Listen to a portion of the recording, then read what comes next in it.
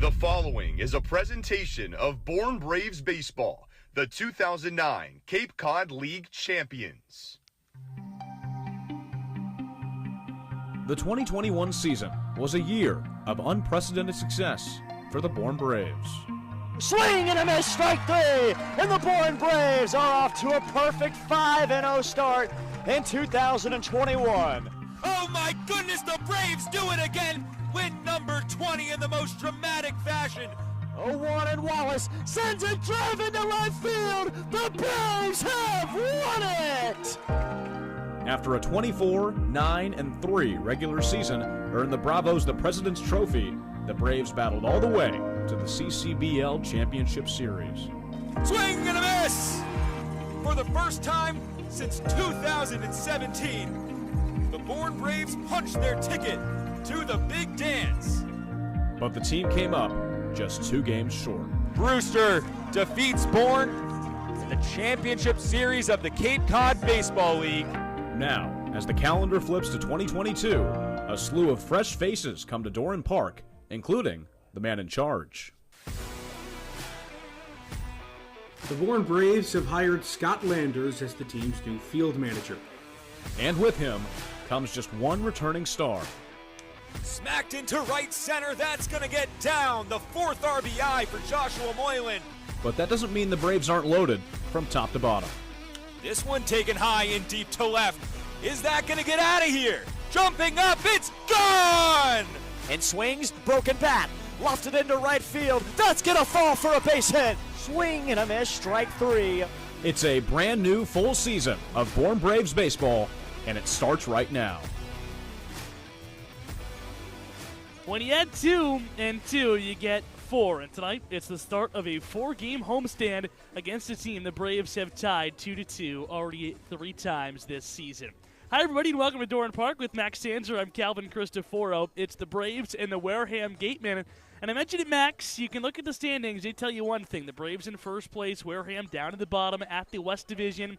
Season ended today. The Gatemen would be out of the postseason, but the games on the field tell you another. These two teams tying 3-3 in all, 2-2, I should say, in all 3 of their matchups so far this season. Absolutely, and for a Wareham team who has struggled mightily in terms of pitching this year, they show up against the Braves. The Braves just hitting north of the Mendoza line through those 3 games against the Gatemen this year. So it should be a good one tonight. The Braves coming off a really good matchup against Hyannis on Sunday, get the day off, get a little bit of rest after what was a grind for 2 straight weeks, essentially, if you throw in the Fenway workout day in between. And they look to bounce back here as they look to end the season on a high note. Yeah, it seemed like 13 straight games the Braves had baseball things to do, and that was the case. You throw in 6 games in 12 games, I should say, in 13 days, and then you add the Fenway workout in. You really don't get an off day, but they had one yesterday, hopefully rejuvenated today. And a guy that should be well rested is Ryan Fisher, who makes another start for the Braves, his first pitching appearance in 11 days. I was going to say, he's been really good this year, and it's easy to forget about him because he's not been used as much, but he was fantastic in his last outing against Wareham. Got out of a couple of major jams following Cade Grundy, so look to pick up right where he left off today. And look, this is a Braves pitching staff that has been able to exploit the offensive struggles of Wareham this year. They just need that run support, and hopefully the Braves bats can pick them up today. A Wareham team winless in its last 6 contests looks to get back to their winning ways against the Braves squad. Well, they haven't beaten all season. The only thing, the Braves haven't beaten the Gatemen either. So hopefully there's a decision tonight at Doran Park. It's the first of 4 here at the ballpark in Bourne. First pitch in just about 15 minutes, so that sets you up perfectly for the fastest 15 minutes in baseball. It's Ethan Frank, it's Mac Friday, it's Before the Bravos, and it's next on the Bourne Braves Television Network. Missed the biggest part of the game?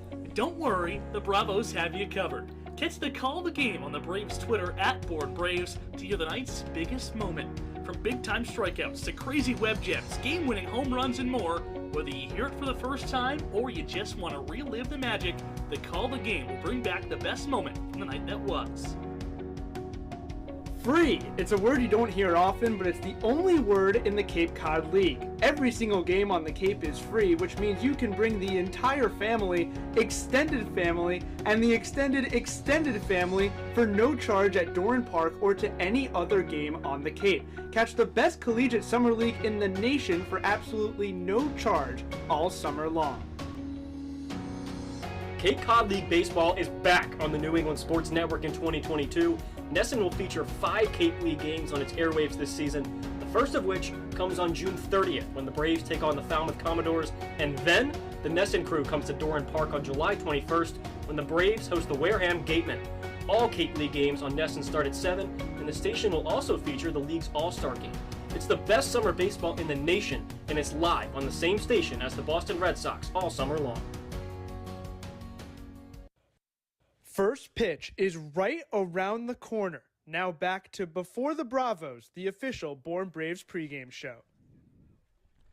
Welcome to Before the Bravos. We're back at Doran Park. Last week was a lot of road games, but we've got Tuesday, Wednesday, Thursday, Friday, right here on this very deck. Mac, how excited are you? I am so excited. I love home games. I love free food. I love Doran Park. I love everything about it. We're here to go. 4 home games, a home stand. Let's do it. All right, I'm going to need you to take it from a 12 back down to about a 7.5. We're here. But so let's talk a little bit baseball. The MLB draft just wrapping up, and it was an eventful 3 days for current, for former, maybe even future Born Braves, but it was a very special past 3 days. Absolutely. It was a tremendous past 3 days for the Born Braves. I don't have a total number, but it's north of 20 Bravos who were selected. And we have 4 or 5 current/former Bravos from this year's team who were selected, including one selected just today live in action for us in the bullpen. It was pretty incredible to see Reese Sharp be selected live in action here at Doran Park before a game. That was unbelievable. Of course, I had to go give Reese a big hug because you know Absolutely. how big a fan Reese is of hugs. That was a great moment indeed. But you also have guys like Mason Pelio and Tyler Vogel, who left a couple weeks ago. They were drafted. Adam Tulloch, really happy for him. Absolutely. He deserved that. And then Brennan Malone, who was only with the Bravos for a very short period of time, but he was the highest draft pick of this year's squad. We'll run down the list real quick for you. Brendan Malone in the 6th round, 186 to the Oakland Athletics. Mason Pelio, 12th round, 363 overall to the Cincinnati Reds. Tyler Vogel, last pick of the 12th round at 376 to the San Francisco Giants. Adam Tulloch joins his buddy Joe Lampe, former Brave as well.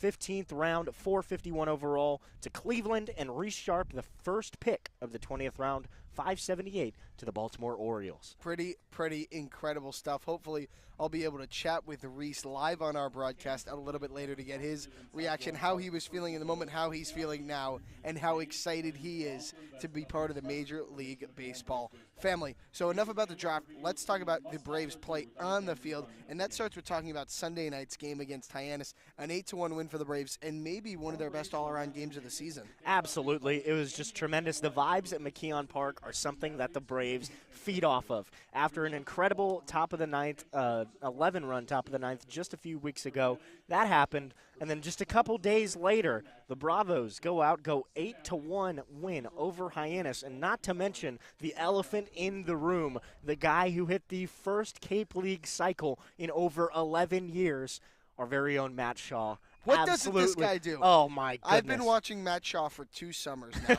He did not hit for the cycle last summer. He did hit 3 home runs in an 8-inning span at one point last summer. He's done some pretty incredible stuff, diving catches in center field, incredible infield unassisted double plays. But last night may have topped them all with his cycle. Absolutely. Struck out in his first plate appearance, so did not lead off with a hit or anything of the sort. Leadoff home run in the 3rd to center field. Single in the 5th inning. Leadoff triple in the 7th. And then if you read my article on bornbraves.org. Huge. I could not emphasize how good Mac's article was more than I am right now. Please go read it on notbravos.com, on bornbraves.org. Notbravos.com. It was fantastic. If you even read the lead, you'll know how good it was. It was pretty incredible, but Matt Shaw and everybody in that Born Braves dugout knew that he was going to complete the cycle. There was no doubt about it. There was no doubt, no hesitation in anybody's mind that this man was going to go out and do it. And that is exactly what he did. He took 2 pitches, found the pitch he wanted. He knew it was slider the whole way and absolutely demolished it off of the bottom of that outfield fence and cruised into second base. Incredible. Yeah, Incredible. I talked to Bryce. I know you did as well. Talk to Bryce Eblin, who's also been playing with Matt for 2 summers now. And sometimes they play as the double play tandem up the middle. You know, maybe they're batting 1-2 in the lineup. these guys have a special connection. And talking to Bryce in the dugout, he's like, this is Matt Shaw. You know he's going to go for it. He did not hesitate. It was literally, as Bryce Eblin said, Matt Shaw is that guy. That guy. He is that guy. He is that guy. Matt Shaw back in the Braves lineup tonight. You'll see him and the rest of the Bravos in 10 or so minutes. But let's talk about the pitching. And Ryan Fisher back on the mound tonight. He's been pretty effective his last few times out, Matt. Absolutely. Fish got a little bit roughed up in his last start. Gave up a 3-run bomb, some runs. He was hesitant to talk after the game, a little bit upset, made some mistakes. He's the kind of guy who will give you 4 or 5 solid innings, but he'll make 1 or 2 mistakes here and there. So that's really been the focal point for Ryan Fisher over these past couple starts. Try to minimize the little mistakes, whether that's hanging a pitch, whether that's not locating. Mostly it's been sliders or breaking balls in the bottom of the zone, hanging them and giving hitters opportunities to take them. So you got to limit those things if you're Ryan Fisher. Otherwise, he's been tremendous. He's excited. He's full of fun and full of energy. Great guy to have a conversation with. Hopefully he comes out and does better than he did last time out and continues to build as we inch closer to the playoffs. Absolutely, and you have a stocked bullpen behind him tonight. After an off day yesterday, a game on Sunday where you had Cade Boxschucker pitch into the 6th inning, you have a lot of well-rested guys. You've got your high-end, back-end relievers in Ty Cummings and Nigel Belgrave available. You've got your middle relievers, guys like, maybe you see a little bit of Justin Willis. Maybe you see some new guys like Rob Adams or some other guys like, I don't even know. There's so many guys, I can't even think of them. There are 7 guys available in the bullpen today, and I don't even think I could name them all. It's Belgrave and Cummings, your 2 marquee relievers with the right-hand side, and then you got 3 guys going lefty today. Craig Shearer, Rob Adams, and Will Sandy all available. Right. You have the entire bullpen stocked, loaded, cocked, ready to go for any situation that you may need and are ready to go fresh and healthy for an incredible homestand here, 4 home games here at Doran Park. Absolutely. First time all season we've had a homestand this long, and it is really, really exciting. So there was an off day yesterday.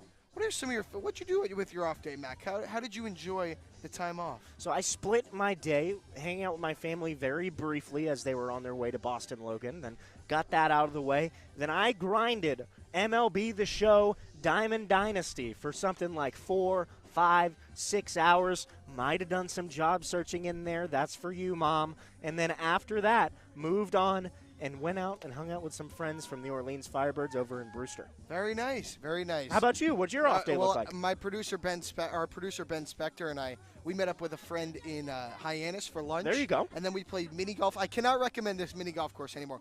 The Wild Animal Lagoon. It was basically a zoo and a mini golf course combined. The animals weren't real, but it was still so awesome. I may not have won, but I had an incredible time. We met up with our friend from Chatham. It was unbelievable. I could not recommend that mini golf course anymore. Unfortunately, the saddest part was that former Bravo Pete Alonso did not win the home run derby last night. Sadness for you. I was very sad about that. It happens. The three-peat was not to be. It didn't happen. It's okay. It is what it is. It's okay. We're over it. We're moving on. Now we're just worried about Saturday's home run derby when hopefully a Bravo wins. Hopefully so. Hopefully we have a Bravo participant in that home run derby. We still haven't seen the participant list released. We do have the All-Stars, and very excited about that, but still waiting on the home run derby announcement, and we'll see if a Bravo is included. Yeah, a lot of chillaxing from the Bravos yesterday is what I heard. Matt Shutt told me after Sunday's game, him and Bryce Eblin were just going to watch movies all day. He told me that didn't happen. They watched a lot of the draft, but just a lot of rest, relaxation. I know Ty Cummings plays a lot of MLB The Show as well. There you go. He beat me 6-1. Not yesterday, but at one point beat me 6-1. So that just gives you a little insight into how these guys are also spending their off day. Just normal college kids, just like the rest of them. But this week I find really, really important because think about the teams you're playing over the next 5 games, and then it goes to next Monday as well. You have Wareham, Katuitt, Wareham, Falmouth, Wareham again. So you face the Gatemen for the final 3 times this regular season in the span of a week, in less than a week. And if you want to make the playoffs, you need to win at least 2 out of these 3 games against the Gatemen. And I think you need to go 3-2 over these next 5 games to lock yourself up in the playoffs. Anything worse than that, and you're fighting for your life next week. Well, here's the thing. Here's the way things stand in the West. It's pretty much Katuitt, Hyannis, about a 4 or 5 point cushion, Bourne, and then another 4, 5, 6 point cushion between the bottom 2 in the league in Wareham and Falmouth. So as long as Bourne continues to win a couple of these games, distances themselves from Wareham, and tries to close that gap to Catuit and Hyannis. Catuit and Hyannis playing tonight, so one of them, it's helpful. Unless there's a tie there, one of them will lose, and with a Bourne win, they could make up 2 points. Absolutely, and then this Catuit team is getting better. It's a little bit unfortunate for the Braves because Catuit has signed Enrique Bradfield from Vanderbilt, one of the baddest dudes in college baseball. You got to look out for him in the West if you're Scotlanders or any just team in the West overall. He'll be at Doran Park tomorrow, as well as Paul Skeens from Air Force, tremendous pitcher. Put up some pretty good numbers this year, and they have just added already to a team that was originally stacked, lost some players, went on a little bit of a skid. Now they're restocking, reloading. Hopefully it is not the same results as they got in the beginning of the season with guys like Chandler Simpson, Cam Collier, Victor Scott, who were all just selected in day 1 and 2 of the draft. Absolutely, indeed. Wareham, Catuit, Wareham again. That game a special 7 o'clock start. That game will be on Nesson, which is very exciting for these players as well, getting to showcase themselves for the entirety of the New England region. Anyone that may be out of market and subscribes to MLB TV, you can watch Cape Cod baseball across the country. It's really, really cool. Really, really cool. And one last thing I will say about this homestand, please, God, do not let the Braves and Wareham tie 2-2. That wasn't good. You shouldn't have said that. Nah. It's something you can't avoid. 3 times in the past 3 matchups all season long, it's been 2-2 tie. This isn't a no-hitter. This isn't a perfect game. We can say this.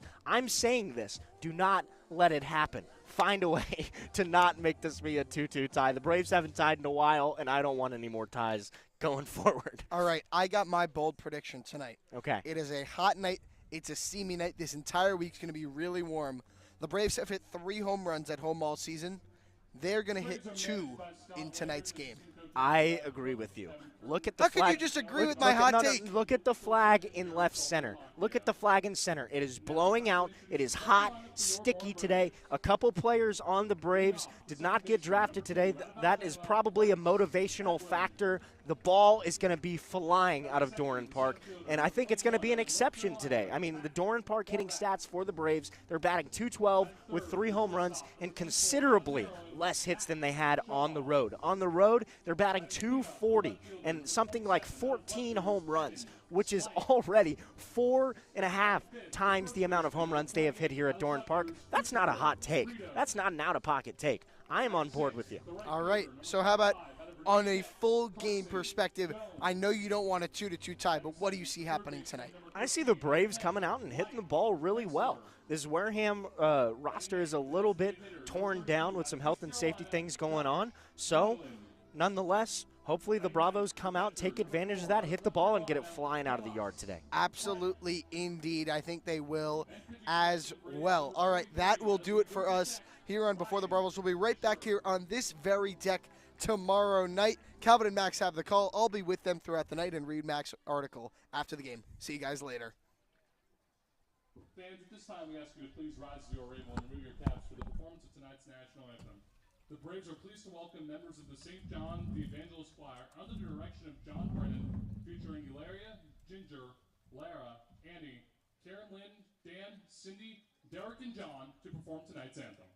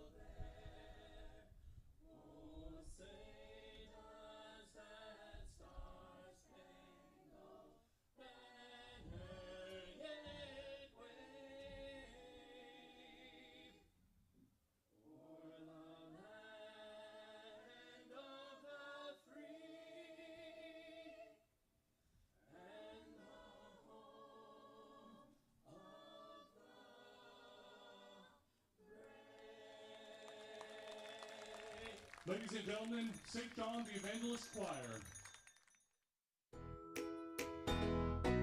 For the 11th straight season, you can catch Cape Cod League Baseball on WEEI. The station will be home to 12 Cape League contests on the station's local affiliate 96.3 FM. The Braves will be on the airwaves twice in the regular season, first on July 3rd when the Bravos are in Wareham, and then on July 31st when Bourne welcomes Falmouth to Doran Park. Catch the Braves on live radio, but you can always watch or listen to the team live on the Bourne Braves YouTube channel. Just search Bourne Braves. As a proud sponsor of the Cape Cod Baseball League, the Mass State Lottery is celebrating the games we love playing. From the baseball diamond to the many lottery games that help support all 351 cities and towns across the Commonwealth. So here's to 50 years of winning and 50 more. Cape Cod League Baseball is live. The Bourne Braves are in action.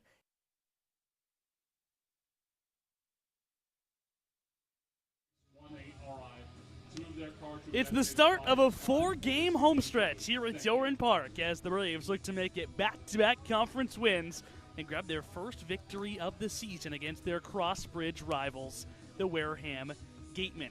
Tonight, if you can believe it, we're continuing to maneuver down the season. It is game number 33, of the year. And here is the Wareham lineup in game number 33. Chase Davis leads things off in center field. The former Brave Max Anderson hits second at first base. The catcher Ryan Campos hits third. Blake Wright at shortstop cleans things up. Carter Graham, the DH, hits fifth.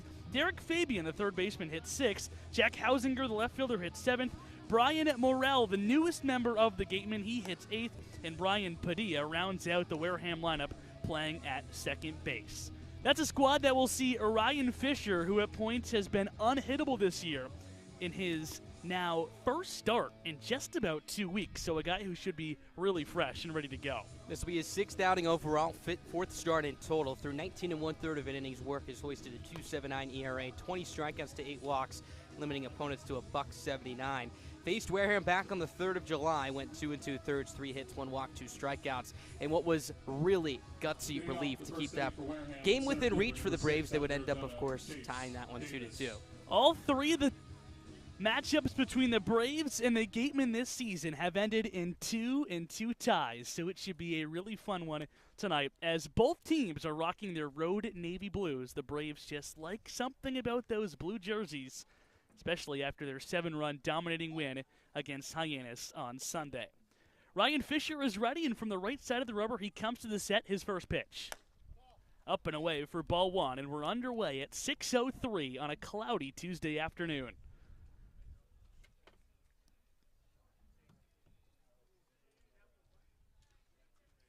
Fisher's 0-1. Up and away again, the count goes to 2-0. Here on Chase Davis, the only outfielder by trade in the Wareham starting lineup tonight. They do have Owen Diodati. He's on the bench, but just one active natural infielder in the starting 9. The 2-0. Fouled off the butt of the bat to the back screen next to the Braves dugout on the third base side. And the count will go to 2-1 on the Wareham leadoff man.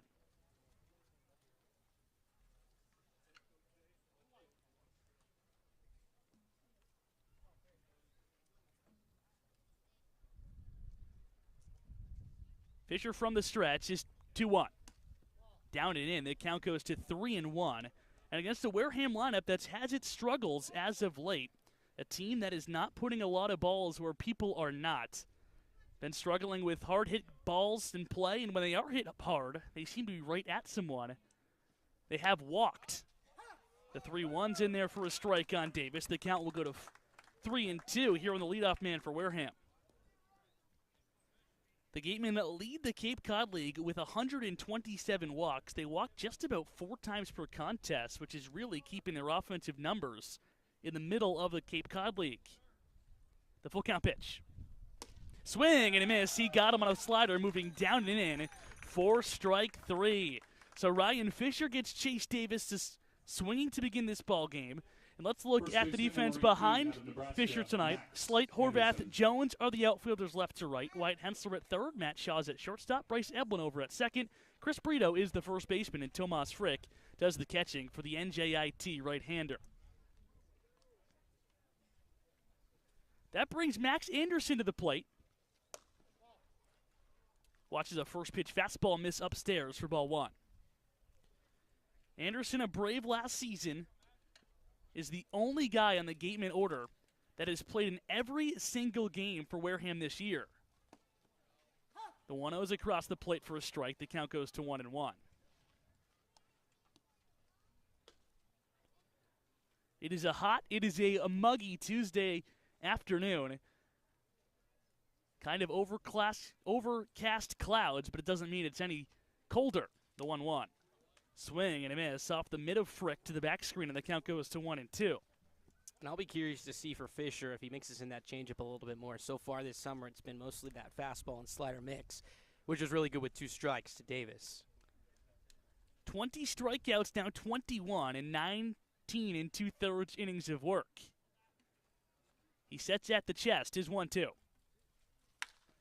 Off the end of the bat, but through up the middle, a base hit as Max Anderson reaches one and pokes it into center field.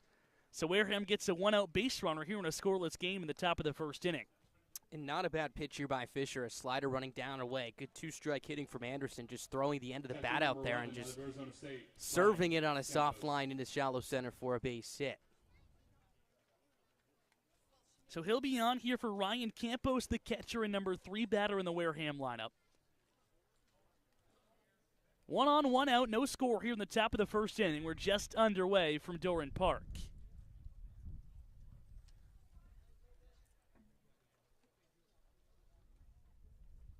First pitch. Down and in. It misses to the catcher for Wareham for ball 1. Campos 1 for 7 on the season against the Braves. Both of those coming in the home and home when the Braves and Gatemen played on July 3rd and 4th, respectively. Here's the 1-0. Upstairs for ball 2. It goes to 2-0 here on Campos. A guy who can really burn you, a hitter way over the 300 mark this season as a true freshman at Arizona State. But just 231 this year for Wareham, 2 home runs and 9 runs driven in.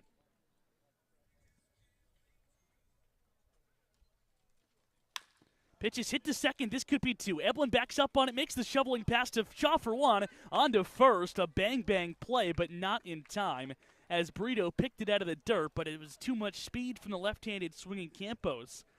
So him and Anderson will trade spots now with 2 down in the inning. And that took a really dirty hop on Eblin, who decided to stay back, as you mentioned right there, jetting up towards his head. Impressive that he was able to field it cleanly again, almost caught it behind him. But that did delay the shovel over to Shaw for a second, which gave Campos an extra step. So Campos a threat to steal. He's the leader in stolen bases for Wareham, a team that doesn't steal very often. Just 12 on the season, that's last in the league. Wright swings at the first pitch and pops it up behind home plate. Frick ditches the masks and makes a 2-handed catch on the lip between the circle surrounding home plate and the grass behind that. So it's a quick inning for Ryan Fisher. He works around the 1-out walk and he leaves a base runner on as Wareham gets no runs on 1 hit and no errors here in the top of the first. We're headed to the home half of the first, scoreless on the Board Braves Television Network. Feeling lucky? Head over to the 50-50 table at Doran Park and play everyone's favorite ballpark game of chance. A different list of prizes are available every home game, and of course, half the pot is always up for grabs. Take it from me, my family played the 50-50 last season and won a gift certificate to a local ice cream shop, and I can tell you firsthand, it was delicious. Check out the list of prizes over at the 50-50 table next to the concession stand and play the 50-50 today, because I'm sure there's a prize for you. For the first time since 2019, the Cape Cod League All-Star Game is back. On Saturday, July 23rd at 6:45, the best players on Cape will come together in Wareham and duke it out in an East Division versus West Division clash. In 2021, the Braves had a league-leading 9 All-Stars, but they weren't able to shine in the mid-season showcase. But now the game is back, and it will include your favorite Braves stars, as well as the best talent from around the Cape. This is Born Braves pitcher Cade Boxrucker, Campbell University, and this is Born Braves baseball. So Ryan Fisher works around a one-out single in the top of the first inning. And we're to the bottom half of the frame scoreless as we bring you the Braves starting lineup here in game number 33 of 44 in the Cape League season. Bryce Evelyn, the second baseman, leads things off. Mac Horvath, the center fielder tonight, hits second. Matt Shaw, a game off of hitting the first cycle in the Cape Cod League in 11 years, is the shortstop. He hits third. Evan Slight in left field hits fourth. Chris Brito, the first baseman, hits fifth. Carson Jones in right field hits sixth. Wyatt Hensel, the third baseman, hits seventh. Josh Moreland, the DH tonight, hits eighth. And Tomas Frick, in his second consecutive start behind home plate, rounds out the Braves starting nine against Wyatt Hudapol, the Wareham starter, in his first start of the season. And this will be his ninth downing, a 4.29 ERA. 9 strikeouts to 10 walks through 14 2/3. So command has been a little bit of a struggle. Opponents also hitting just south of 270 against him. This will be the third time the Braves see him this summer so far. His first start, as you mentioned, only just made one start at Kentucky as well this spring. He had two pretty different appearances in his 2 times out against the Braves. First one was 4 up, 4 down, and in the second one he ran into some trouble, allowing an earned run in just 2/3 innings of work. Bryce Evelyn steps into the left-handed batter's box, and out of the stretch, Hudapol's first pitch is down below the zone and misses for ball 1. Evelyn broke an 0 for 10 on Sunday when he was 3 for 4 against Hyannis. Was on base 4 of his 5 at-bats as he took a walk. The 1-0. Outside, the count goes to 2-0. Braves would love to get Evelyn back on base at the top of the Braves order. He went through a stretch last week when he was on base 11 of 17 at-bats. The 2-0. Below the zone, it goes to 3-0.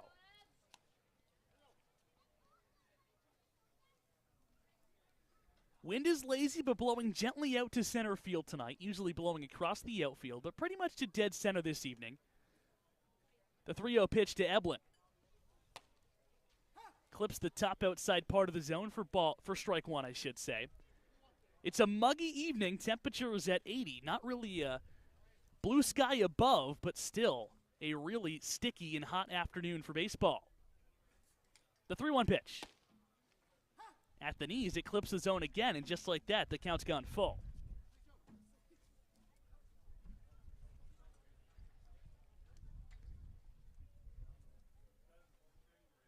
Evelyn looking to get the Braves on base to begin this ball game.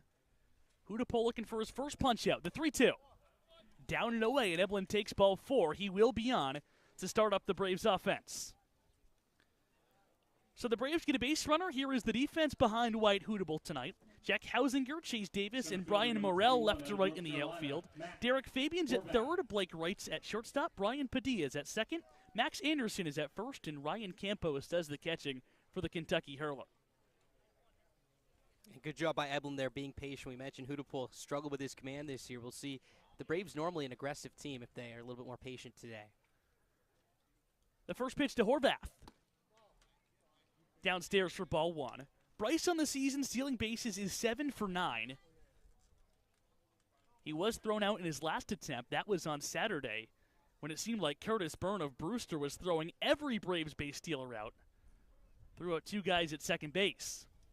Hudapol takes a check on him. Anderson had to jump to snatch that one out of the air, but he catches it as Bryce is back in safely.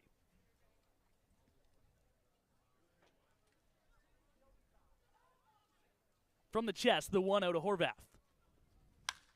Hit high and deep to center field. Davis is on his horse going back to the track. He's looking up, and it is a home run.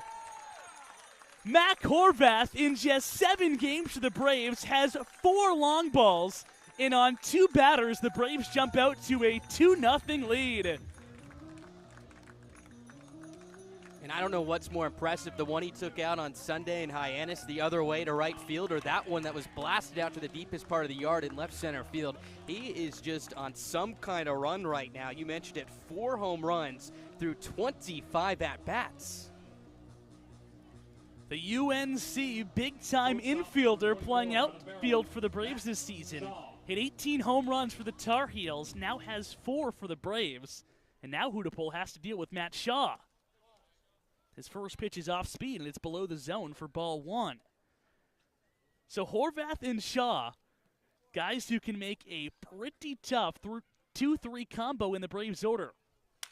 The 1-0 to Shaw's hit off the end of the bat, nub to Anderson, the first baseman. He puts out his left arm to hold Hudapol from coming over to cover the base, and he tags first himself as one is gone here in the first inning.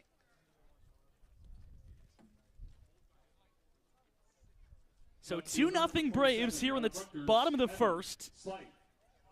The 2-run Mac Horvath home run to lead off this game after Bryce Eblin took ball 4. That gives way to Evan Slight, who's also seeing a beach ball up there. Hudapol's first pitch. Below the zone for ball 1. Slight on a 16-game on-base streak right now. Was 2 for 4 with an RBI double in Sunday's win over Hyannis.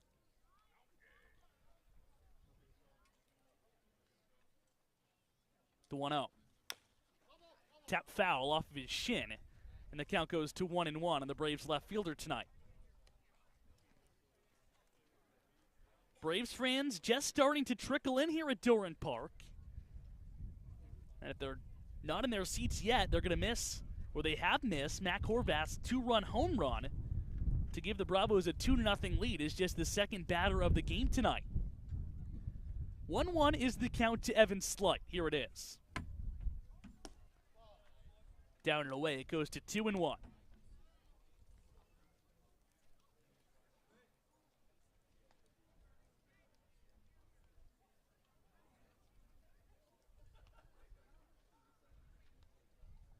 Hudapol kicks and delivers.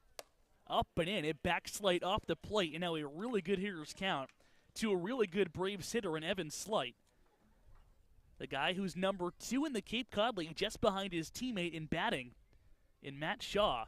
Slight at a .325 clip. The 3-1 pitch. Swing and a tapper off the mask of Campos into the back screen. The count goes full.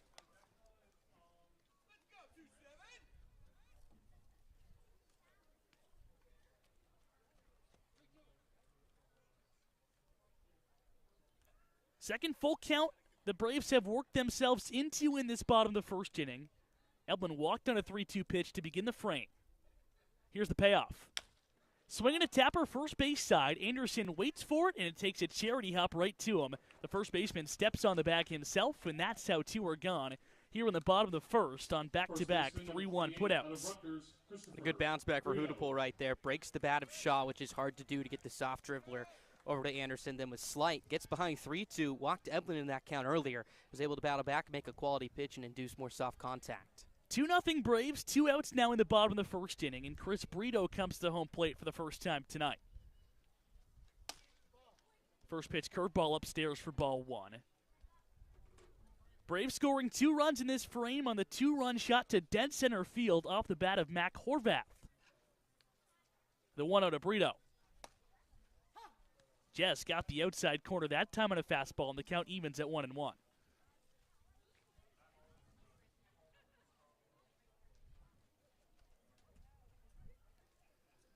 The 1-1. Curveball tap foul right in front of the Braves on deck circle. Carson Jones over there puts a hand out to try to make an attempt to get it, but it skips past him, and the count goes to 1-2 on the Braves slugging first baseman. Hudapol hunting his first strikeout is 1-2. In the dirt, Brito's not chasing. It goes to 2-2.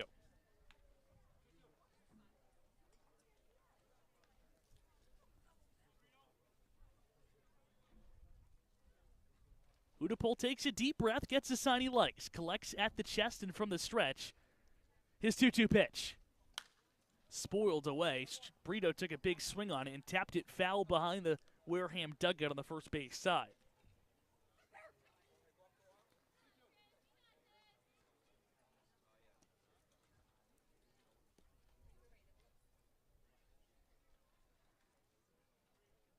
Two-two pitch coming again. Curveball, and Brito took a swing and a miss and came up empty, as that is a good out pitch for Wyatt Hudapole to finish off the Braves here in the first. But not before Matt Horvath hits his 4th home run of the season, and the Braves take a 2-0 lead into the top of the second. 2 runs on 1 hit and no errors for the Braves on the line in the frame. We're through an inning. 2-0 Bravos on the Bourne Braves television network.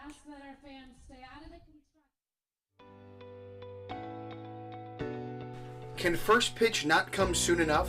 Well, don't worry. Before the Bravos has you covered. Starting 15 minutes before first pitch at home or on the road, Before the Bravos has the pregame insight and analysis you need to get game ready. From exclusive interviews, a first look at the opposition, lineup breakdowns, and so much more, Before the Bravos is the best place to start your evening of baseball. Before the Bravos, 15 minutes before first pitch, every game day, live on the Bourne Braves YouTube stream. T-Mobile is proud to sponsor the Cape Cod Baseball League. T-Mobile believes that when small towns thrive, America thrives. That's why they are investing billions to bring fast, reliable, and affordable wireless service beyond the big cities to small towns across America. There's never been a better time to join T-Mobile. Visit T-Mobile.com/acrossamerica to find out more.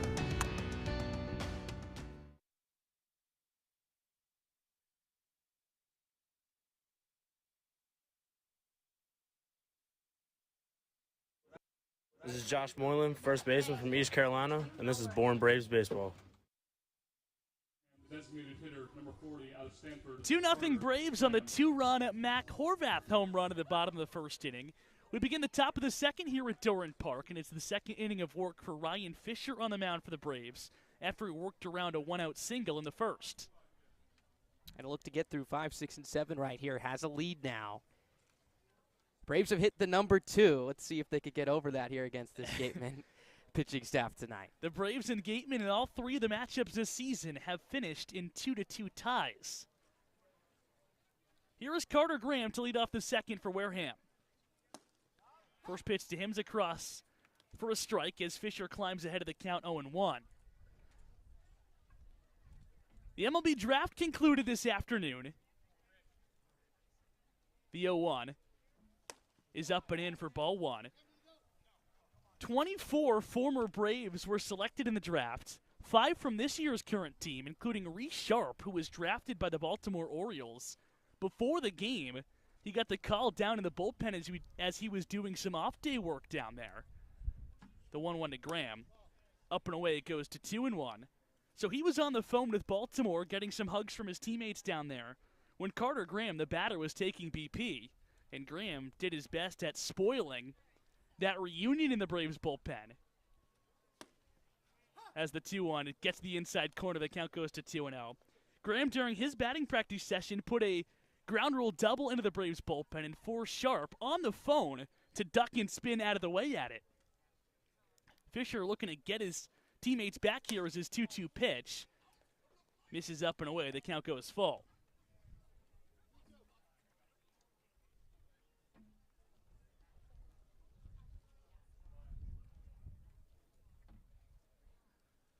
Fisher looking to avoid his first walk of the evening is 3-2. Spoiled back to the screen. And I think the last thing you're thinking of when you're getting the call you've been waiting for your whole life is that you're going to have to dodge a potential ground rule double right there. But quite a moment. I'm sure Reese will never forget that. Sharp, one of 5 guys who played on the 2022 Bravos drafted. Brennan Malone, Adam Tulloch, Tyler Vogel, and Mason Palio, the others. The 3-2 to the big right-hander. Hit hard out to left field, Slate coming on, and he makes a jumping head-high catch for the first out of this inning, but that was stung off the bat of the DH tonight for Wareham. Some of the first hard contact we've seen, a fastball in the inside corner, and Graham kept his hands inside in a hard line drive to Slate, who almost ran too far in right there. Had to skip up just at the last second, but able to make the play.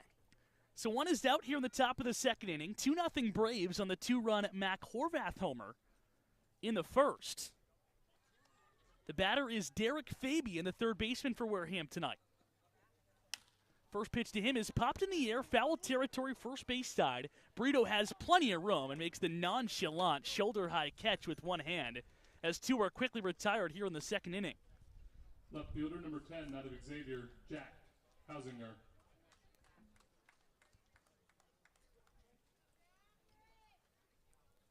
So that gives way to Jack Hausinger, the left fielder this evening. Hausinger fresh off of breaking an 0 for 16 when he got a pinch hit single in Wareham's loss on Sunday to Orleans. He swings at the first pitch and hits it gently into center field, sinking fast. Slate's coming on, but his diving effort is to no avail as he picks it up on one hop. And it's 2 for 2 now for his last 2 at-bats for Jack Hausinger, who gets a good bounce there and is on with a 2-out single.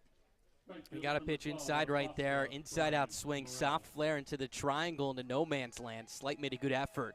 He's lucky that he knocked that one down. If that gets past him, a chance for Hausinger to advance to second on that play. So he's on first with 2 gone in the inning. Here in the top of the second frame. Fisher looking to put 2 zeros on the scoreboard to begin his night. The batter is Brian Morrell, who watches the first pitch miss below the zone. Debut tonight for Brian Morrell, a guy who tore it up this year for the pride of Hofstra. A .346 hitter with 8 long balls and 40 runs driven in. The 1-0. Swinging a foul over the Wareham dugout on the first base side into the construction area over there. 2-0 Braves here with 2 outs in the top of the second. Hausinger reached on a bloop single into center field. He leads off of there. And the 1-1 pitch coming to the right fielder Morrell in his Wareham debut.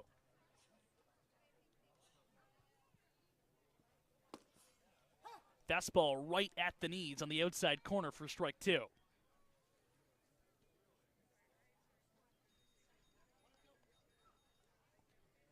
Fisher still hunting his second strikeout of the evening. The 1-2 pitch coming to the Wareham 8-hitter.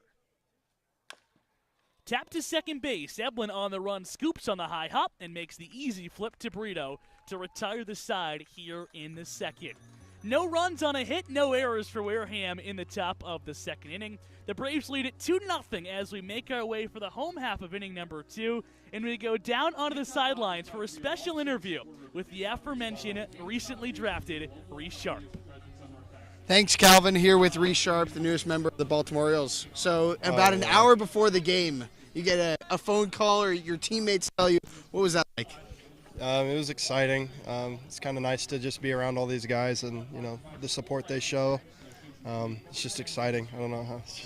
What has this whole summer and process been like for you? I don't really know. There's not really words to describe it. It's just getting to see your name called after you put all the hard work in school and you come here and face some good hitters,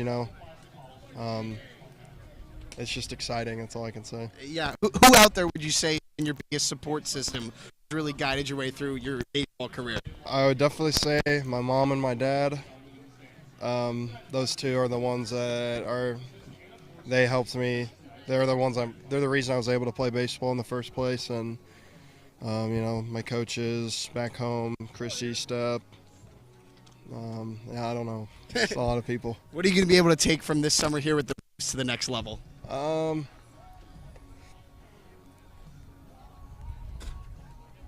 don't know. Reese Sharp, speechless right now after one of the most special days of his life. Reese, thank you for joining us on this special day. Yeah, thank you. All right, back up to you guys, Calvin and Max. Thank you so much, Ethan. Reese Sharp, one of 24 current or former Braves drafted in this year's draft. Back to the action on the field. Carson Jones leads off the second inning for the Braves and takes a swing and a miss at a first pitch breaking ball down low. Braves lead it 2-0 as we begin the bottom of the second on a 2-run Mac Horvath home run in the bottom of the first. The 1-0. Swing and a miss, a pretty similar pitch. Curveball in the dirt, and Jones came up empty. He's now in the hole 0-2. Jones will be followed by Hensler and Moylan here in the second inning. The 0-2 pitch. Swing and a miss. 3 straight off-speed pitches. This one right at the knees, but Jones couldn't get it. He's down on strikes to begin the frame.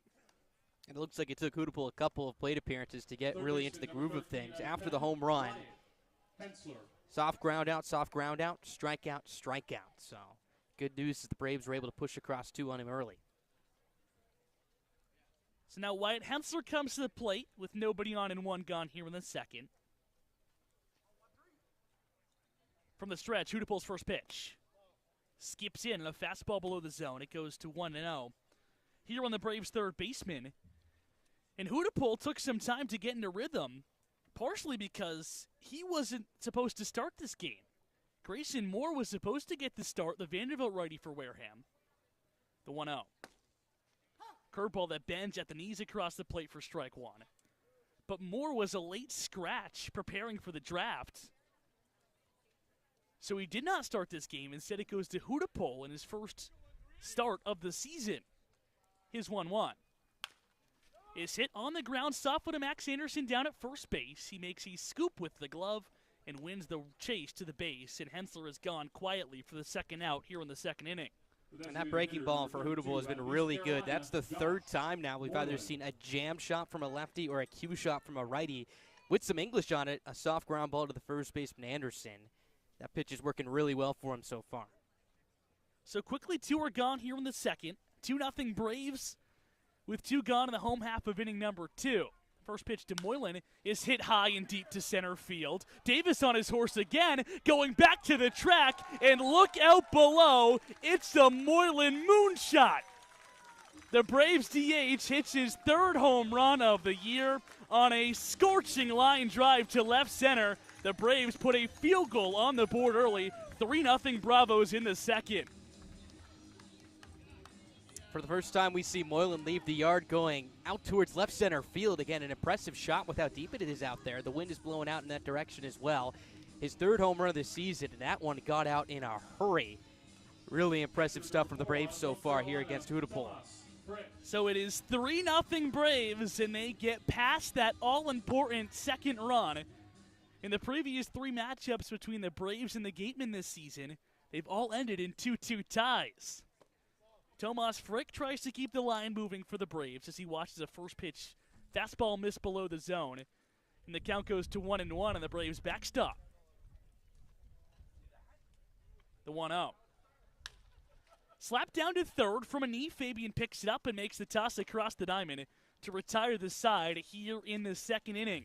But not before the Braves put another run on the scoreboard on a long Josh Moylan home run to left center field. 1 run on a hit, no errors, and nobody left on base for the Braves in the second.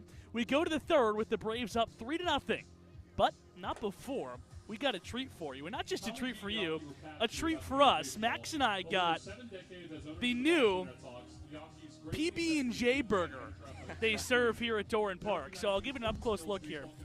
It is a hamburger served on an uncrustable peanut butter and jelly. So you see the layers there. Peanut butter jelly cheeseburger, jelly peanut butter bottom bun. These are available here at Doran Park, so you got to come out to the ballpark and get them. But these are brand new, just debuted tonight, and we are going to do a quick taste test for you to let you know just really how good they are. Is it going to be better than deep-fried Oreos? I don't know. know. Question. I don't know. Let's try it out. You got to get the positioning of it. I heard they're messy.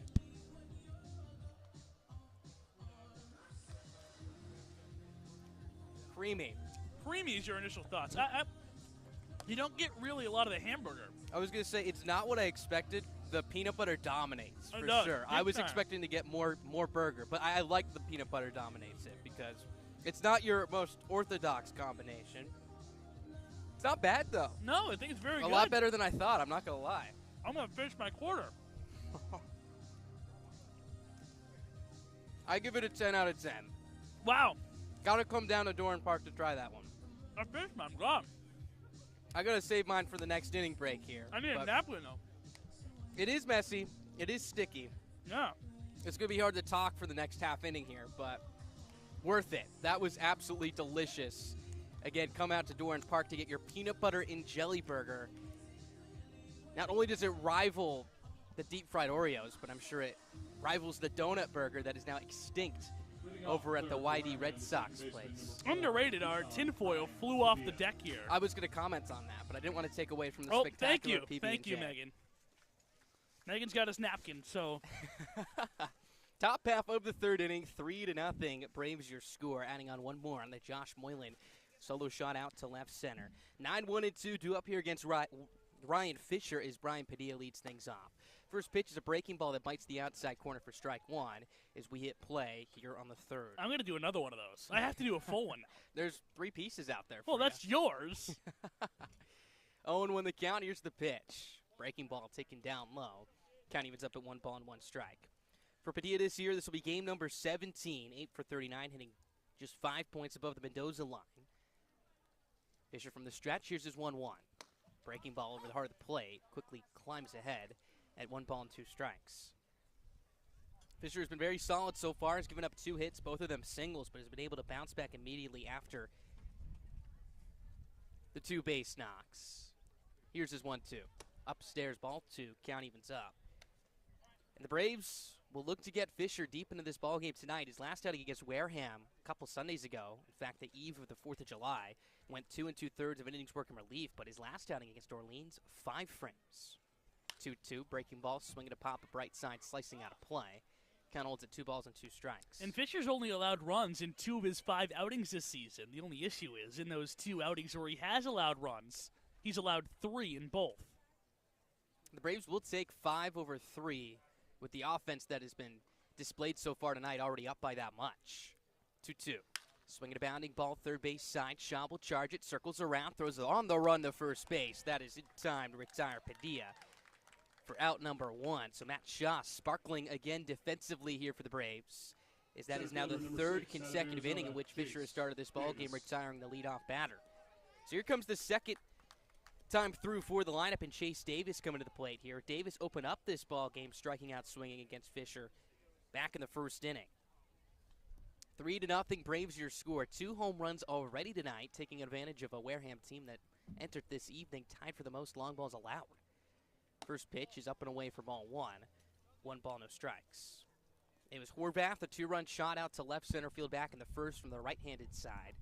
And then Moylan from the left-handed side, almost the same exact spot in towards that alley. Here's Fisher's 1-0. Breaking ball misses well outside, ball 2. 2 balls, no strikes. And offensively, this is a Wareham team second from the bottom in home runs with just a dozen on the year. Slugging .300 on the dot as well, which is 9th out of 10th among the Cape Cod League leaderboards as well. 2-0. Up and in ball 3. 3 balls, no strikes. However, they are 3rd in on-base percentage at .330, and the largest reason for that, they lead the league in walks. So they'll take their free pass. Fisher has yet to hand out one tonight so far. But here's Davis, who finds himself in a 3-0 count as we speak. Fisher pauses at the chest. Here's his pitch. Taken down and in for ball 4, so Davis will trot over to first base. So right on cue, he picks up the first walk of the evening as the Gatemen look to get back into this one right here. First baseman, number 18. Offense has been a struggle for both sides when these two teams have played each other. For Wareham against the Braves this year, 18 for 93, hitting a .194. Slugging just .258. So even lower than the slugging percentage they enter tonight with as a team collectively.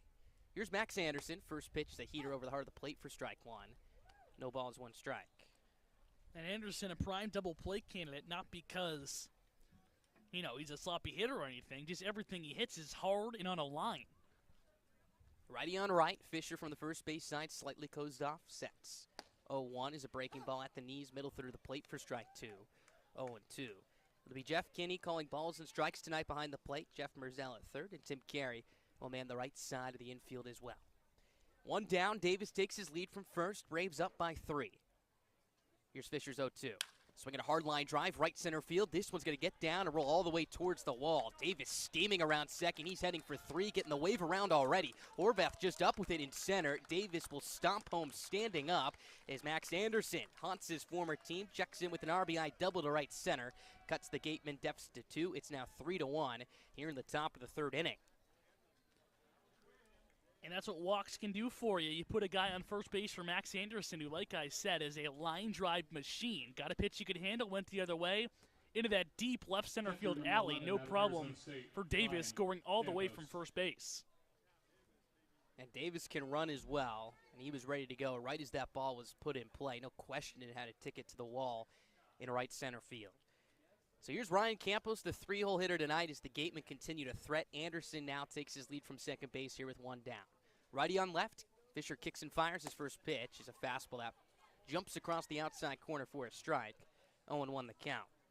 Campos came to the plate with Anderson back on first base in the first inning and hit what looked to be initially a tailor-made 4-6-3 double play ball, but after a tricky hop on Eblin, who fielded it cleanly still, Campos with good speed was able to beat out the relay throw for a 4-6 fielder's choice. However, to not much avail as Blake Wright would pop out to the catcher and Frick to end the inning just a couple of pitches later.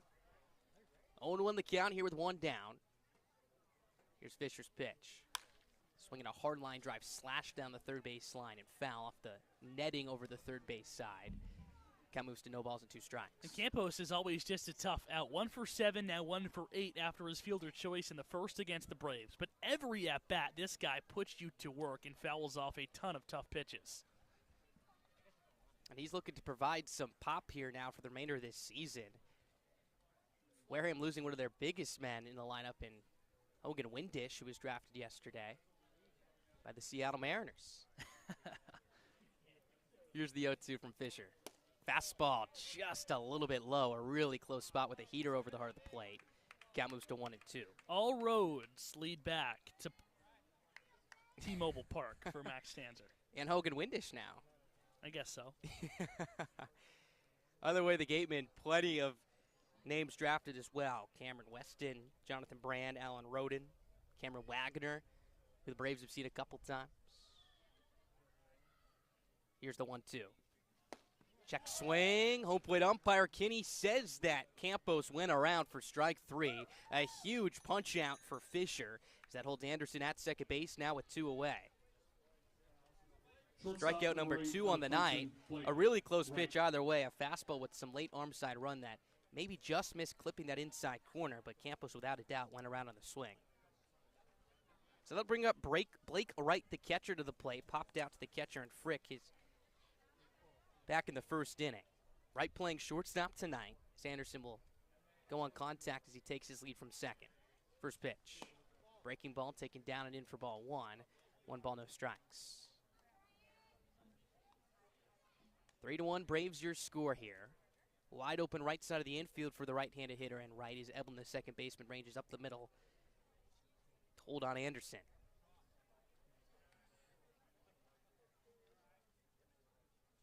Here's Fisher's 1-0. Misses inside, ball 2. Appeal to first base. Carey says that Wright did not go around, so the count moves to 2 balls and no strikes. But a couple times tonight we've seen some awkward swings from right-handed hitters for the Gatemen on pitches running inside, and that's because Fisher's been able to pair that slider and use it as a front door pitch a couple of times. So they're thinking that pitch is breaking back over the plate, but instead just stays straight and jets back towards them. Hitters count either way here for Wright. 2-0. Fastball over the middle third of the plate for strike 1. 2-1. Really good pitcher's pitch there, right on the corner. Nothing Wright could do. Not what he was looking for in a 2-0 count. Wright hitting .202 this season, but on the road, .293, so he's been fantastic away from Splain Field. At Doran Park tonight as he steps back into the box. Here's the 2-1. Swinging a hard line drive center field. Horvath racing in towards his left. Can't get it, and it rolls behind him and towards the track. Rounding third and heading for the plate is Anderson. He will score. Into second, standing up goes Wright. And we got a 1-run ball game just like that. 3-2 as Blake Wright checks in with his 11th RBI of the season. A little bit of a misplay by Horvath there in center field, who again was coming in very hard. Remember, not an outfielder by trade. There was probably no question that Anderson was going to score on this play, but the ball rolling past Horvath allowed Wright to advance into second base. So 3-2 Braves your score. Here comes Carter Graham to the plate. He's 0 for 1, lined out on a bullet to Evan Slide out in left field to open up the second. Righty on right again. Here's Fisher's first pitch. Breaking ball taken down and away. 1 ball, no strike, the count. Good fight here by Wareham. After a leadoff walk, they made Fisher pay with back-to-back doubles with the strikeout of Campos in the middle of them. They're putting bat on ball. They're looking to score more than 2 runs against the Braves for the first time this season as well. Graham, the 6th batter to the plate in this inning. Here's the 1-0. Fastball taken for a strike. Graham squats down in frustration as the count evens up at 1-1 here. So offense, the story so far, which has been heavily juxtaposed by the previous 3 meetings between these two, where they've combined to each tie the season score at 6-6, 0-0-3, of course, with those 3 ties. Here's the 1-1. Late swing and a hard ground ball down the first base side off the facing of the netting that guards the first base dugout. Count moves to 1-2. So Fisher finding himself in a 2-strike count here. He's picked up 2 punch-outs on the night already. That slider has been just filthy against right-handed hitters. We'll see if he goes to it here against a right-handed hitter in Graham. Graham was 0 for 3 in the tie against Orleans on Sunday, also punched out twice. So swing and miss has been a struggle for him for the last couple of evenings. Here's Fisher's 1-2. Swinging a hard ground ball into the Braves' third base dugout. Hopefully that did not hit anyone. Again, a little bit of a scramble over there. Really close play. Gotta hope everyone's okay for now. It looks like that's the case, as maybe it hit John Peck over there, who had to scramble out of the way, running down those dugout steps. So, well, at least Graham's not picking favorites. I was going to say, he hit the first base dugout in the previous pitch and then goes towards the third base dugout there. Looked like Ryan Enos, one of the newer Braves, involved on that one as well. Here's Fisher's 1-2. Breaking ball, taken down and away, appeal down the first base, says that Graham went around, and that'll be strike 3 to end the inning. However, the Gatemen punch across 2 runs on the board here in the top of the third. They now trail by 1. Bottom of the third inning coming up here in Bourne. The Braves lead it 3-2. And thank the sponsors who support the Cape League.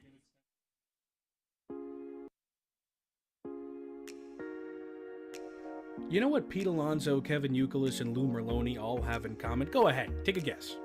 Yeah, that's right. They're all former Bourne Braves. The list of famous Bravo alumni is lengthy and it's growing fast. Take 2021 Major League Baseball first overall pick, Henry Davis, for example. He was on the Cape just 3 summers ago, back in 2019. So make sure you don't miss out on watching the future stars of tomorrow today. Admission to all games at Doran Park and around the Cape Cod League is free. For the full Braves schedule, head to the Bravos team website, bournebraves.org. Did you know it takes $150,000 to field the Braves every summer? We are a non-profit, all-volunteer organization that relies solely on the donations of private citizens and local businesses. The Bourne Braves are a 501c organization, and all donations are tax deductible. You can donate today online at bournebraves.org. Live baseball every night. It's another summer on Cape Cod. Bottom half of the third inning, 3-2 Braves. Your score as Wareham pushes across 2 runs in the top of the third thanks to a couple of RBI doubles from Max Anderson and Blake Ryan. So the Braves, looking to get back on the board here, have scored at least once in each of their first 2 trips to the plate. 1, 2, and 3 due up here for Bourne as Wyatt Hootepool comes out for his third inning of work. And I did some recon. I went into the press box, and I asked around the thoughts on the new PB&J burger. Hootepool kicks and fires. His first pitch is a breaking ball taken down low for ball 1. And the reviews are that I seem to be the highest on it. You didn't finish yours, even though you gave it a 10 out of 10, which means nothing when you don't finish it. Well, I didn't want to get the sticky mouth for the broadcast. Here's the 1-0 pitch to Eblin, swinging a soft bounding ball down the first base side and foul. Count evens up at 1-1. I thought it was spectacular. Don't get me wrong. The reviews are good, but I do think I am the highest on it because mine will never be seen again. So does it pass the nachos is the real question? Because you've been asking for those for quite some time now. Well, it depends on the nachos. Fenway Park nachos, how about? They sell nachos at Fenway Park? I would assume they do. Then PB&J burger better. 1-1 pitch. Breaking ball on the outside corner, strike 2. 1 ball, 2 strikes the count. Because those would probably just be the chips with the nacho cheese, and no knocking those nachos, but those are the nachos I'm talking about when I say I want nachos. Here's the 1-2 from Hootepool. Breaking ball, misses up and away ball 2. Count evens up at 2 balls and 2 strikes. Eblin walked back in the first inning and would come around to score right away on the 2-run shot off the bat of Matt Horvath, who currently looms on deck. Eblin was 3 for 4 against the Harbor Hawks back on Sunday, which snapped a little 0 for 11 skid. 2-2, swinging a hard top spinning ground ball. That's going to get into right field for a base hit. So Bryce Eblin has now reached base in 5 of his last 6 plate appearances, 4 for his last 5 as well, as he opens up the third with a hard single to right. Center fielder number 21 out of North Carolina, Matt Horvath. So here comes Matt Horvath, who is quickly becoming a fan favorite here in Bourne. Of course, his marquee moment so far was essentially the first moment that the Braves fans got to see, the walk-off grand slam just about a week ago against Chatham. And since then has mashed 3 more homers. First pitch on the way is taken down low for ball 1. 1 ball, no strikes. Came into this evening's game slugging .583. Now has 4 homers and 9 RBIs. This is just as many runs batted in that Evan Slight has, who has played almost every day over the last 3 weeks. Horvath just getting over here just about a week ago. Here's the 1-0. Swinging a hard line drive, right field. This one's down for a base hit. Eblin taking the turnaround second. He's heading for 3. The throw back in for the right fielder in Morel will be cut off. So here come the Braves one more time. Back-to-back singles from Eblin and Horvath sets up a first and third spot for Matt Shaw.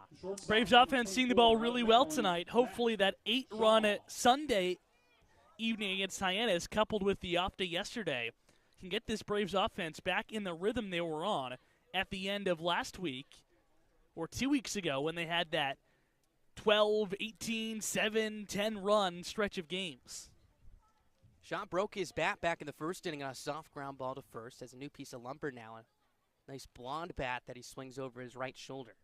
3-2 Braves your score. Runners at the corners, nobody out. Hootaple's pitch. Breaking ball, taking down away for ball 1. 1 ball, no strikes. And I mentioned how muggy it was earlier, but now the sun is coming out. It is hot. Very humid here at the ballpark today. A lot of cloud coverage over the horizon, but the sun has peeked out here, at least at Doran. Shadows a little bit in play, covering the right side of the home plate batter's circle. 1-0. Fastball for a strike on the outside corner. Count evens up at 1-1. Shaw hitting .367 coming into this evening's game. And here at Doran Park has struggled just a little bit, and I say struggling for Matt Shaw's standards, as there's a check over to first base. Horvath back in there safely. Hitting .268, 11 for 41 here at Doran Park. So, of course, you compare that to the .367 batting average overall, hitting north of .390 on the road, as there's another move to first base. Horvath gets back in safely. Got to imagine that road average was boosted on Sunday after his 4-for-5 night, of course, hitting for the cycle. Looking to drive in a run right here. There goes Horvath. 1-1 is taken for a strike. Throw down to second base is not in time. Eblin now racing to the plate. Here's the throw back to home. Tag applied is not in time. The Braves execute the double steal perfectly as Horvath takes second. Eblin takes the plate, and they get a run right back. It's 4-2 here in the bottom of the third inning. The throw to the shortstop and Blake Wright came in on a hop. And then he didn't realize Eblin was coming for the plate right there. And Eblin, I think, waited too long to go, and the play at home was a bang-bang play. And that's probably being not saying it wasn't as close. It's much closer than a bang-bang play. It was a quick tag. Eblin luckily to get in there safely. 1-2 the count here on Shaw.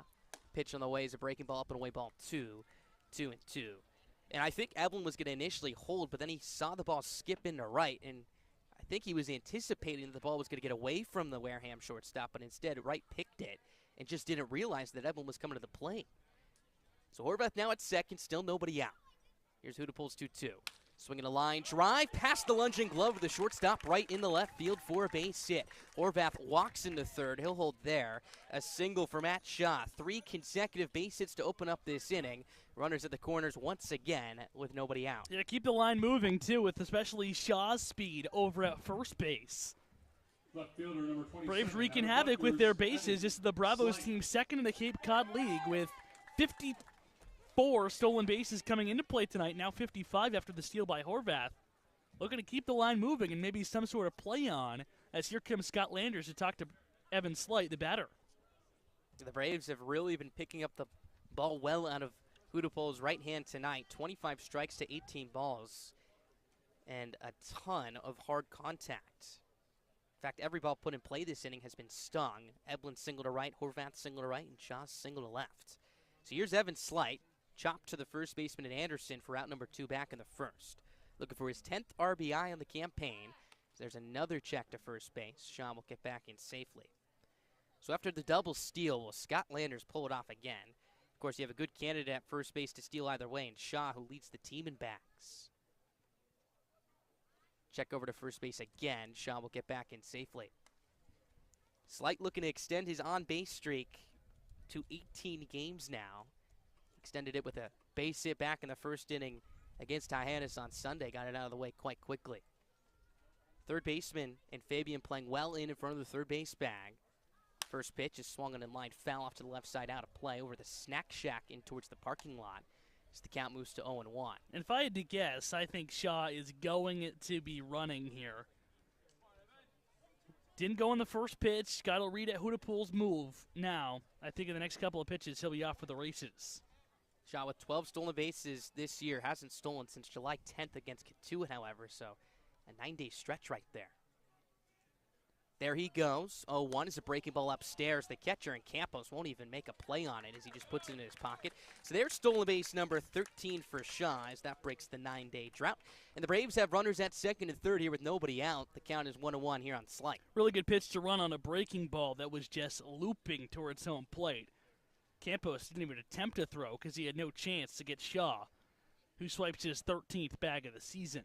Shortstop and right ranging up the middle, playing behind Shaw at second. 1-1 is a fastball that misses inside and low. 2 balls, 1 strike. Wind continues to blow out softly towards left center field. That's been a power alley for the Braves tonight. In fact, both of the home runs have left the yard over there. But a couple of hard base hits to right and 1 to left here in this inning so far. 2-run lead for the Braves. Slight would love to make that more. Here's the 2-1.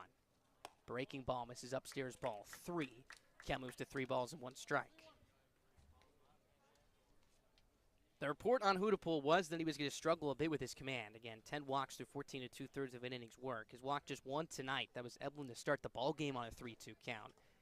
But we'll see if he's careful with Slight here behind 3-1. Here's the pitch. Swinging a high pop-up, left side of the infield. Fabian, the third baseman, takes 2 or 3 steps towards his left.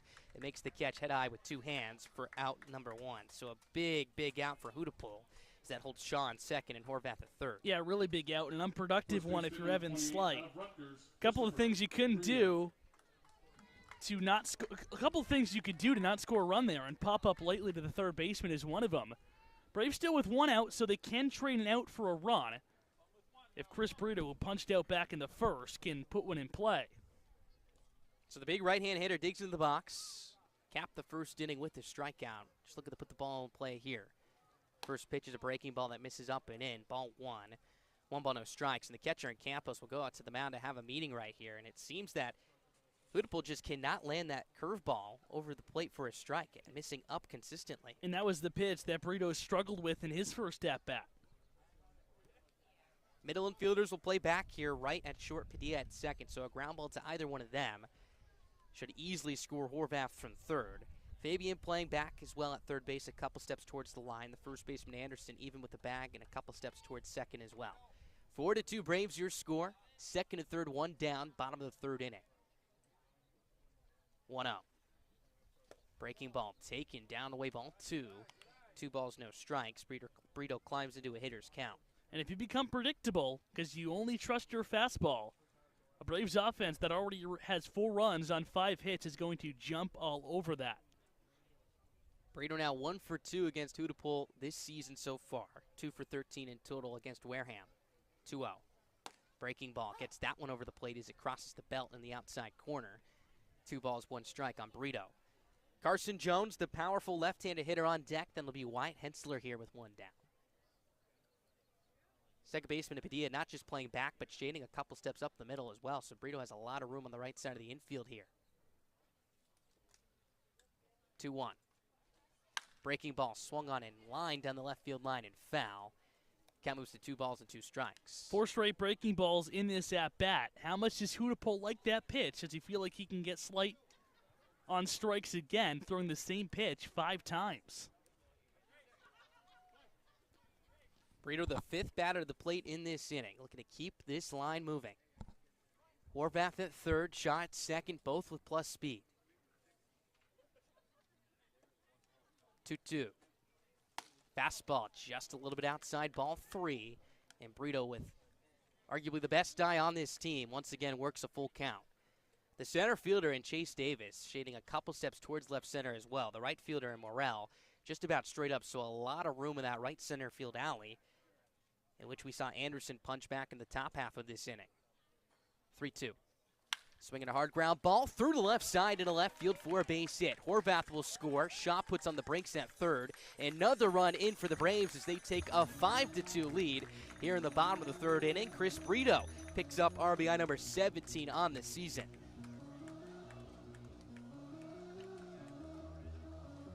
The third baseman in Fabian was playing just about a couple steps towards the third base line right there. I think if he's playing straight up, that's right at him right there, but instead gets in the left field for a knock. Yeah, potentially, and a good job of hitting there by Chris Brito. Getting into a full count, not trying to do too much. Saw that breaking ball a bunch of times, kept the hands in and just hit it through the hole, a pretty big left side of the infield like you mentioned. The Braves going to station, no extra base hits in this frame, but already 2 runs. And now 2 runners on base with still only 1 out in the inning. And we'll see a meeting at the mound here, the entire infield meeting here for Wareham. As besides the pop out to Slight, which was on a 3-1 pitch, every ball put in play has been stung off of Hootepool tonight. In fact, even if you go to the previous 2 innings, the Braves have pushed across 3 runs in those latter 2 frames. And everything has been barreled up here. So, as you can imagine, a right-hander starting to warm up already here for Wareham. And for Hootepool, who was a late addition just maybe an hour or so before first pitch, has found himself in a lot of trouble so far here tonight.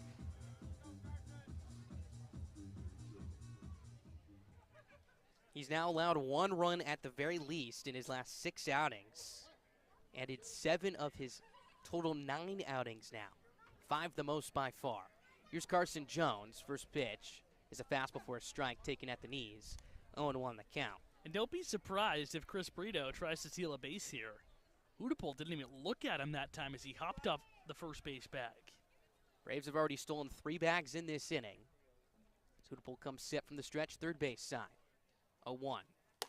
Up and away with the heater for ball 1. Count will even up. It was Eblin and Horvath who picked up bags on the first and third play. And then Shaw also stole second uncontested a couple of plate appearances ago with Slight at the plate. 3-run advantage here for the Braves. 2 runs already in this inning. 1-1. Swing and a foul tip into the glove of Campos. Jones out in front of a breaking ball. 1-2.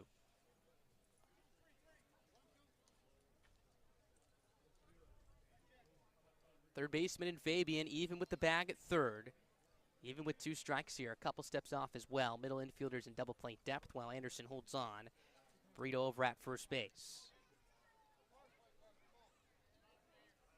Hootepool gathers on the third base side of the hill now. He kicks, fires 1-2. Brito goes, pitch outside. Throw down to Campos will just be a punk fake. So Chris Brito with his super speed slides into second base for his 4th stolen bag of the year. That's the 4th bag of the inning taken by the Braves. Second and third now here with 1 down and a 2-2 count to Jones. And Hootepool wasn't giving him any attention over there, so why not try to grab second base? And now an opportunity for Jones to bring 2 runners home if he can find some green in the outfield. Jones has driven in 6 runs already through just over a week of play. Can you drive in more? We'll see. Here's Hootepool's 2-2. Swinging a soft tapper back towards the plate. Shot coming for the plate. Shovel to the catcher, and Campos and his tags in time to retire. Ahead for sliding Shaw. For out number 2, to third goes Brito. Safe at first is Jones. And what will be a 1-2 fielder's choice. So clearly the contact play on for the Braves. Matt Shaw broke for home right when that was tapped back to the mound. Good job by Hootepool staying under control. Plays like that usually speed up on the pitcher. So good job by Hootepool keeping his composure and making a good flip to Campos to apply the tag on the hand of the head-first sliding Matt Shaw. And saves a run and can limit the damage to just 2 runs in this frame, at least for now. But Wyatt Hensler has other thoughts as he digs in from the right side. Grounded out to first, back in the second inning. Here's the first pitch. Breaking ball taken to the dirt. Nice stop by Campos as he drops to 2 knees to block it. Count moves into 1-0. And if Hootepool can out of this inning only allowing 2 runs, it's a mini victory for Wareham and against a lineup that can score You don't want to let them in this game. And a really good answer from the Braves after Wareham responded with 2 runs in the top of the 3rd inning to make it a 1-run ball game. The Braves now have that 3-run lead back. Check over to first base. Jones caught leading. He's going to get a rundown now. Brito now coming for the plate. Anderson's throw back to Campos will be thrown now to the third baseman and Fabian, who will chase Brito to the plate. Fabian applies the tag on the numbers of Brito, just 3/4 down the third base line. So a key play for Hudipol is he picks off Jones at first. You could call that one 3-2-5 to end the inning. Top of the 4th coming up. 2 more runs in for the Braves as the offense picking up right where it left off on Sunday. 5-2 your score here on the Braves Radio Network. Highline Cruises, Barnstable Bat, Central Printing. T-Mobile is proud to sponsor the Cape Cod Baseball League. T-Mobile is committed to serve those who serve. That's why they go above and beyond for our active duty military, veterans, and first responders. Visit your neighborhood T-Mobile store or T-Mobile.com to learn more. For the first time since 2019, the full Cape Cod League playoff slate is back. Last season, just 2 teams from the East and West Division respectively played in the shortened playoff format, but this year there will be a full 8-team slate. 4 teams from the East and West will get a shot at the title. The Braves have missed the postseason just once since 2007 and look to make another run back to the title game in 2022, a series they lost a season ago. It's the Cape Cod League playoffs and they're back in full swing for the first time in 3 years. This is Seth Keener from Wake Forest, right-handed pitcher, and this is Bourne Braves Baseball. Top half of the 4th inning, 7 runs combined from both sides here tonight between the Gatemen and the Braves. Already passes the amount of runs the 2 sides had scored each through the first 3 meetings in 6 apiece. Braves lead at 5-2 as we enter the top of the 4th inning. Ryan Fisher, who has been really good tonight despite a couple of bumps in the 3rd, comes out for his 4th frame of work. He's been good, touched up a little bit in the top half of the 3rd. Looks to regain his composure after punching out Graham to finish that inning. It's a good part of the order to get back into a rhythm. 6, 7, and 8 due up here for Wareham in the 4th. Derek Fabian will lead it off here. Popped out to the first baseman in Brito back in the 2nd inning. Righty on right as Fisher climbs back onto the hill for the first time this inning. His first pitch. Breaking ball taken down low for ball 1. 1 ball, no strikes. Wareham entering tonight having tied their previous 2 matchups against Orleans yesterday 1-1. And then the previous night as well. Next pitch, swing and a miss on a fastball in the outside corner. Count evens up at 1 ball and 1 strike. In fact, it's been quite some time since they've won. It's been 9 days since their 4-2 victory over Falmouth on July 10th. That was the Sunday before the day off before the Fenway workout day. 1-1. Swing and a foul straight back. Count moves to 1 ball and 2 strikes. And ties around the league are just getting a little ridiculous here. They are. It's definitely record-breaking to say the least. Remember, the tie record is 9. The Braves have 6. The Gatemen have 6. Chatham has 7, if I'm remembering correctly. So that'll be something to watch as we get through the final 12 games or so of the year. 1-2, swinging a soft line drive that dumps into center field for a base hit. So Derek Fabian picks up his first knock of the night, 5th as a team for this Wareham club. So it's the 2nd straight frame in which they've had their leadoff batter reach. And that's got to feel good for Fabian coming into play tonight. 1 for 34, hitting against right-handed pitching. After he popped out in the 2nd, 1 for 35. But muscles one in the center field to give Wareham a base runner here to lead off the 4th. He's now 2 for his last 21 as well. That makes way to Jack Hausinger, the left-handed hitting outfielder. First pitch is a breaking ball that misses outside for ball 1. 1 ball, no strikes to count. We mentioned they tied before their draw against Orleans yesterday. That was on Sunday. Their Saturday tie against Falmouth, you could look at as almost a win. It's the 1-0 is a fastball in the outside corner. Count evens up at 1. Not because they got a win in the record books for the standings, but they were trailing that game against Falmouth 4-2. And coming into that evening's game, they were tied with Falmouth for that 4th playoff spot. So that's when they really needed to win. So the 1-1's on its way. Misses outside ball 2. 2-1. So entering the bottom of the 9th inning, they were trailing 4-2. And Owen Diodati hit a 2-run shot to tie it up. And then Wareham pitching was able to hold on to the bottom half of that 9th inning to put a 0 on the board against the Commodores offense. The 2-1 is a fastball in the outer black for strike 2. 2-2. So they secured the tie, which for the moment kept them tied with Falmouth for 4th place. Currently they sit 1 point behind the Commodores in 5th place, however, so they need to get things going if they want to make it to the postseason this year. Again, just 12 games left. Runner goes, 2-2, swinging a pop up third base side and foul to play. Count holds at 2 balls and 2 strikes. And it's a Wild West division this season, Max. Everyone relatively close. Katuitt and Hyannis going at it tonight at McKeon Park. At last check, that game was tied at 3. They're just 1 point away from one another. Falmouth and Wareham at the bottom, just 1 point away from those two. Check over to first base. Back in safely with the dive goes Fabian. Although things can change with the snap of the fingers, the Braves relatively tucked into that spot in 3rd place. Wareham trails the Braves by 6 points. Of course, they're just trying to catch Falmouth right now, as there's another quick move to first base. His time will now be called by the first base umpire, Jeff Kinney. And it looks like the base runner right there, and Fabian, got shaken up a little bit, maybe from the tag from Brito. And I think Brito caught the ball with his glove on his back. So he kind of caught it through the webbing of the mitt, and there's not a lot of leather there, so it got majority of Fabian right between his 3 and his 7. Fabian takes his lead from first, not a big lead.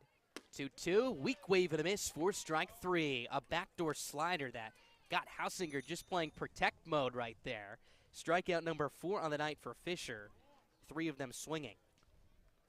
Right fielder number 12. So 1 out now as that brings up Brian Morrell to the plate. He's 0 for 1, grounded out to the second baseman in Eblin on a high chopper to end the 2nd inning. Fisher looking to put a 0 on the board for the first time since the 2nd. Righty on right, his first pitch is taken down and away for ball 1. So if you're thinking about the Braves here and their hopes to make the playoffs, they sit in a good spot right now. Again, 6 points ahead of last place Wareham. But they'll face the Gatemen 3 times in the span of a week here. So the 1-0 is tapped softly up the middle. Eblin to his right, picks it up on the long hop, double clutches, throws on the run to first. That is not in time, as Morrell will beat that one out. So an infield single for the right fielder, his first hit here in the Cape season, as that sets up a 1st and 2nd spot here with 1 down. Kind of a do-or-die effort by Shaw, who tried to cut in front of that baseball and turn a 6-3 double play. The only problem was he overran it, and by the time Eblin, who was backing it up, got it behind the second base bag, Shaw had already run past the second base. So 1st and 2nd, 1 down. Wareham looking to put another 2 or so here on the board here in the 4th, down by 3. Padilla grounded out to Shaw, short back to open up the 3rd. First pitch is a breaking ball over the heart of the plate for strike 1, 0-1. But back to the Braves here, and what the next 12 games, including tonight, mean for them and their playoff hopes. Their next 4 are against the West, but then 4 of their final 7 will be against the East as well. So a tough time in that stretch to control their own destiny. Here's the 0-1. Fastball for a strike. Really good spot on the outside corner. 0-2. The positive, if you're looking for one, 9 of their 12 last games, including tonight, of course, are against teams that are below 500. Averaging a winning percentage of .458. So they'll look to exploit that over the next week and a half. 0-2. Fastball misses outside for ball 1. 1 ball, 2 strikes to count. Slightly close stance for Padilla as he digs back into the right-hander's batter's box. Lime green tape on the barrel of his bat, make that the handle of his bat, contrasting to the blonde barrel he's swinging tonight. Morrell takes his lead from first, Fabian from second. 3-run lead here for the Braves with 1 down here in the top of the 4th. 1-2, swing and a miss for strike 3. Breaking ball in the dirt, blocked by Frick. Another punch out for Fisher, his 5th on the night, and it could not have come at a better time as it holds the runners at 1st and 2nd here with 2 down. And quickly coming out of that third base dugout will be Scott Landers, and he points that left finger towards the bullpen to signal, of course, the southpaw, and Will Sandy, who will come into the game to face the leadoff hitter in Chase Davis. Big spot coming up. Ryan Fisher, really good tonight. Would love to keep this just 2 earned runs on his line. It's Will Sandy time here at Doran Park. We'll tell you all about the southpaw of North Carolina when we come back.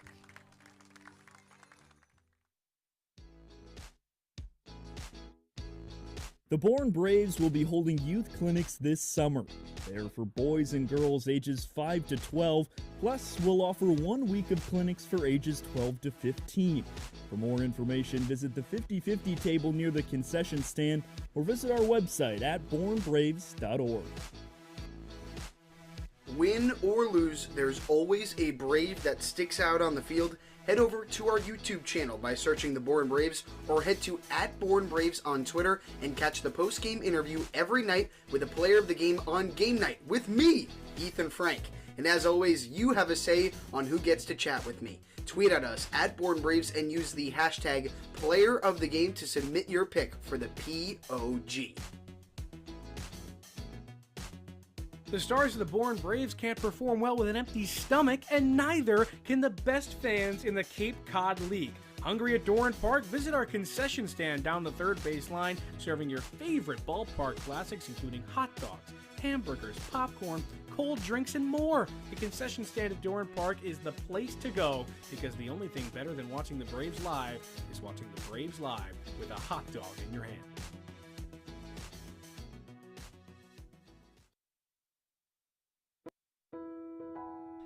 Want to look like a Bravo? Well, there is one place where you can find the official gear of the Bourne Braves, and that is at the Bourne Braves Pro Shop. Open during every home game and located on the ground level of the press box, you can find Braves hoodies, t-shirts, hats, and more, all in just one place. Wear the same gear as the players and rep the Braves wherever you go. Visit the Braves Pro Shop today and let the rest of the Cape know you're repping the Bravos. Make sure to follow the Braves on Twitter @BourneBraves for all of your favorite Bravos content. From in-game score updates to player interviews and so much more, the Braves on Twitter is the place to go for the most up-to-date information on the Bravos. Make sure to follow us today @BourneBraves. Now back to Bourne Braves baseball. Top half of the 4th inning. Gatemen threatening here. Runners at first and second here with 2 down. The tying run coming to the plate in the top of the order for Chase Davis. The night is now done for Ryan Fisher. At least on the bump, 4 2/3 of an inning's work. He'll be responsible for both Morel at first and Fabian at second as he makes way to the southpaw and Will Sandy. A decent outing for Fisher. Definitely not the best we've seen him, but hung in there through 3 2/3 innings of work. Allowed 2 runs, 6 hits. Is responsible for the 2 runners on base.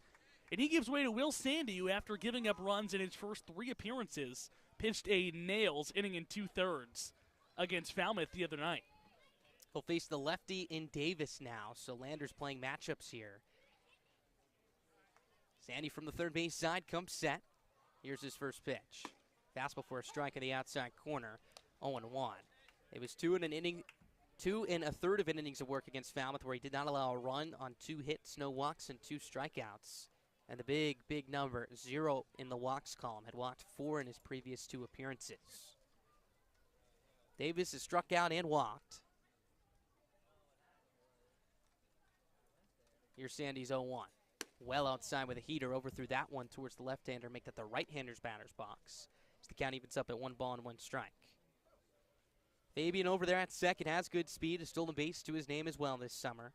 And Morel over at first, who is making his Cape Cod League debut tonight out of Hofstra. Sandy pauses at the chest here. Here's his 1-1. Breaking ball taken down, away ball 2. The first slider we've seen tonight from Sandy. Count moves to 2-1. This is a big spot in the game right here for both the Braves and the Gatemen. Of course, with one swing of the bat, Davis can make this a 1-run ball game, if not 2 or 3 at the least.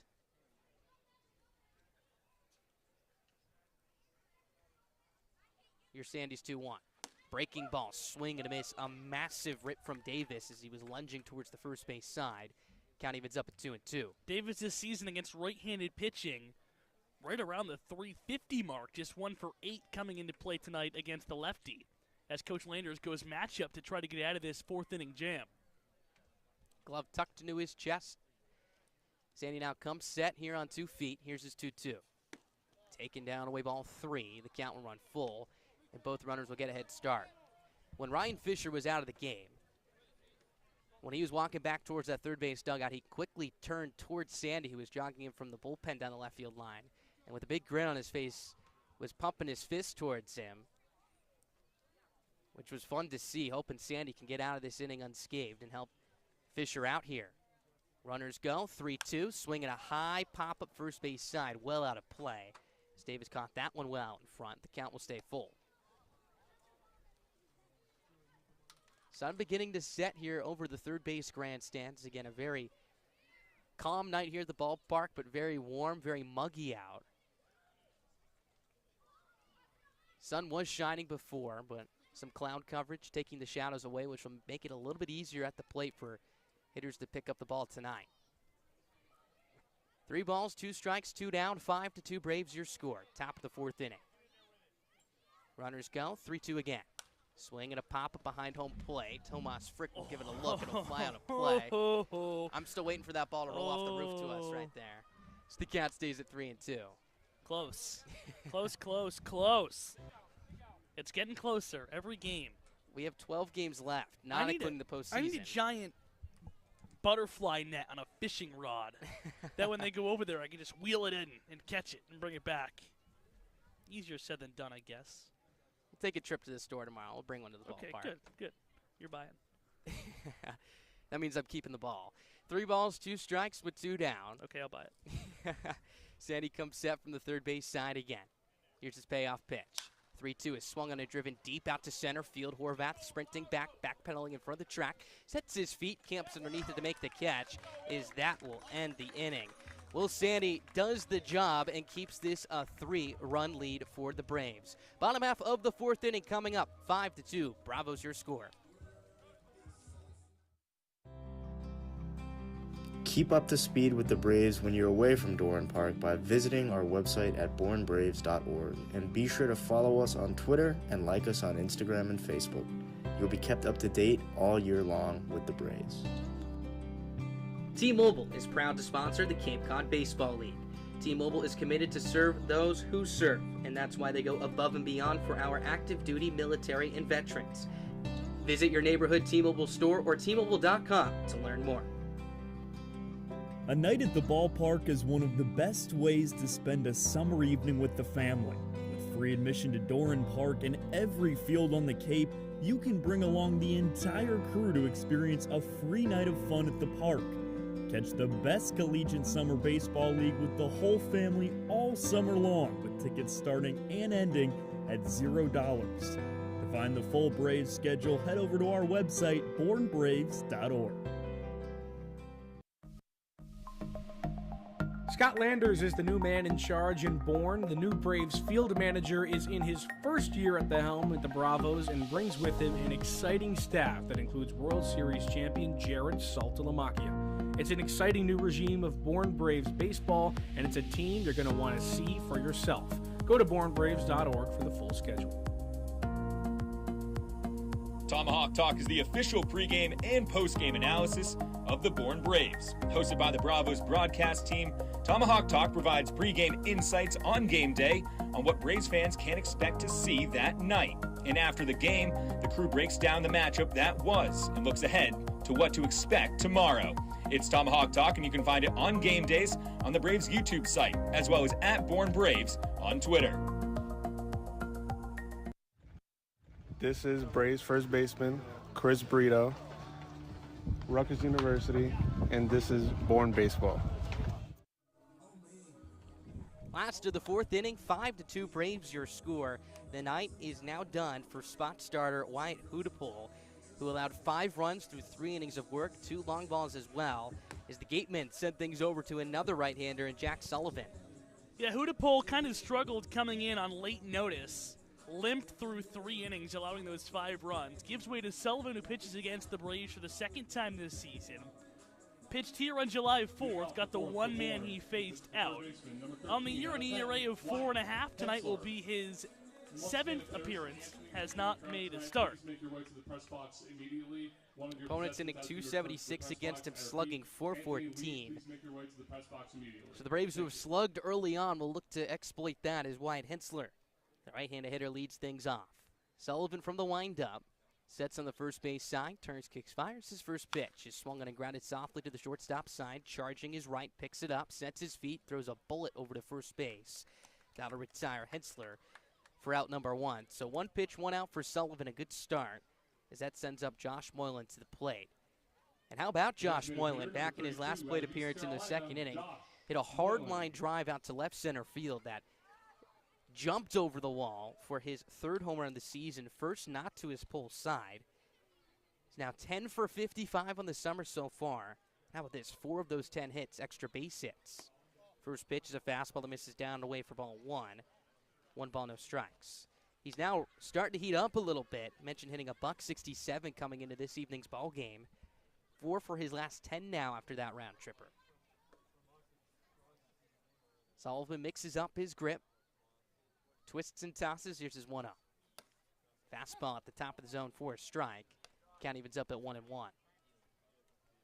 Braves lead by 3 here in the bottom of the 4th inning.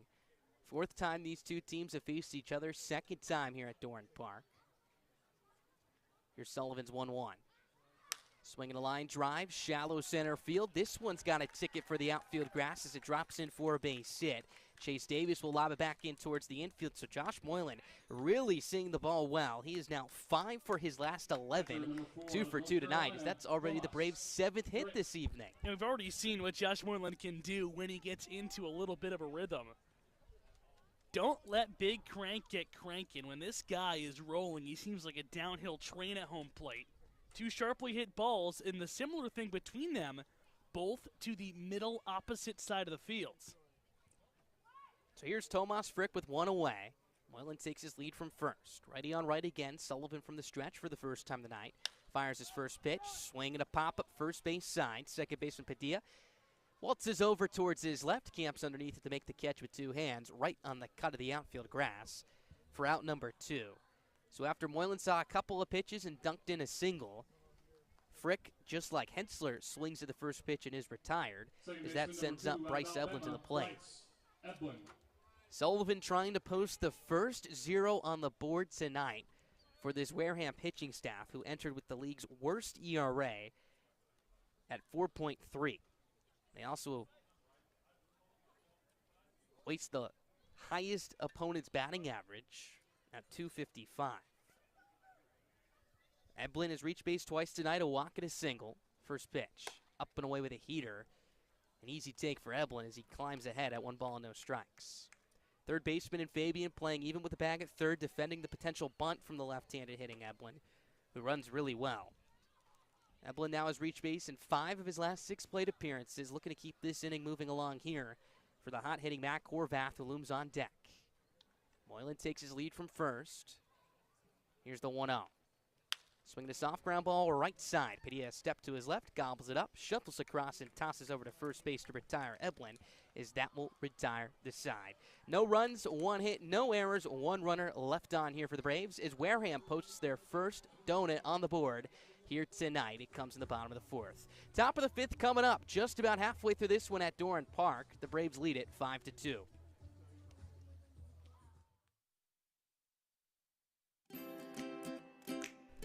Not being able to make it to Doran Park is no excuse to miss the Braves in action. You can watch every Bravos home game live on the Born Braves television network. From stellar pitching performances, dazzling defensive plays, and big-time power displays, you can catch it all from the comfort of your home. It's your favorite Cape League team live on your screen. Just head to the Born Braves YouTube and join the fun. You can catch the Born Braves all summer long at Doran Park. With more than 20 home games this season, Braves baseball is just a short drive away, whether you're on or off the Cape. With free admission to every Cape Cod League game, nights at Doran Park provide family fun for everyone. First pitch for all Braves home games is at 6, and you can check out the Bravos' full schedule over at our website, bornbraves.org. Hey, this This is Ty Cummings, Braves pitcher from Campbell University, and this is Born Braves Baseball. Braves lead at 5-2 as we begin the top of the fourth inning back at Doran Park. The Bravos with 2 runs in both the first and the third inning. Then the solo Josh Moylan home run sandwiched in between in the second has given the Bravos a 3-run cushion as Will Sandy's back out for his first clean inning of work on the mound. And he did his job.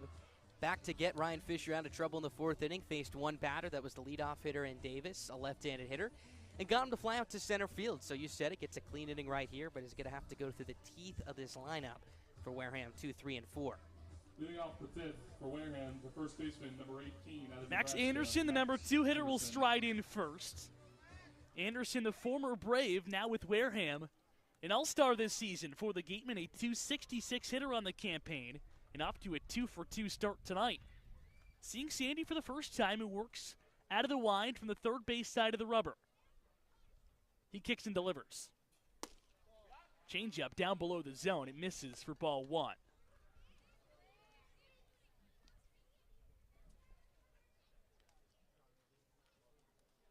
Quickly the 1-0.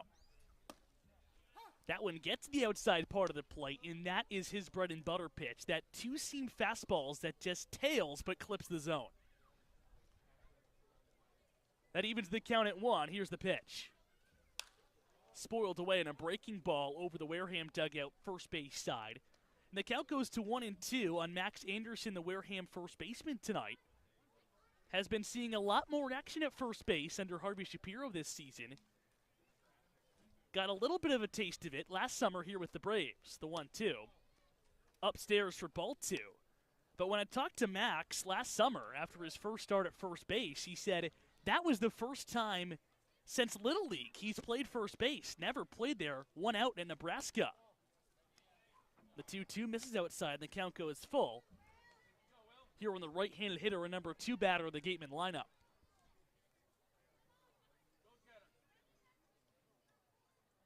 Sandy looking for his first punch out, the 3-2. Hit on the screws into left field. Slike goes down to a knee and plays it on 2 bounces. But Max Anderson is seeing a beach ball right now at his old yard. He is 3 for 3 and on to begin the 5th inning. And now 6 for 14 against his former team in the Braves this summer so far. Entered tonight hitting just south of 200 in his last 24 at-bats. It picked up 4 hits in that span.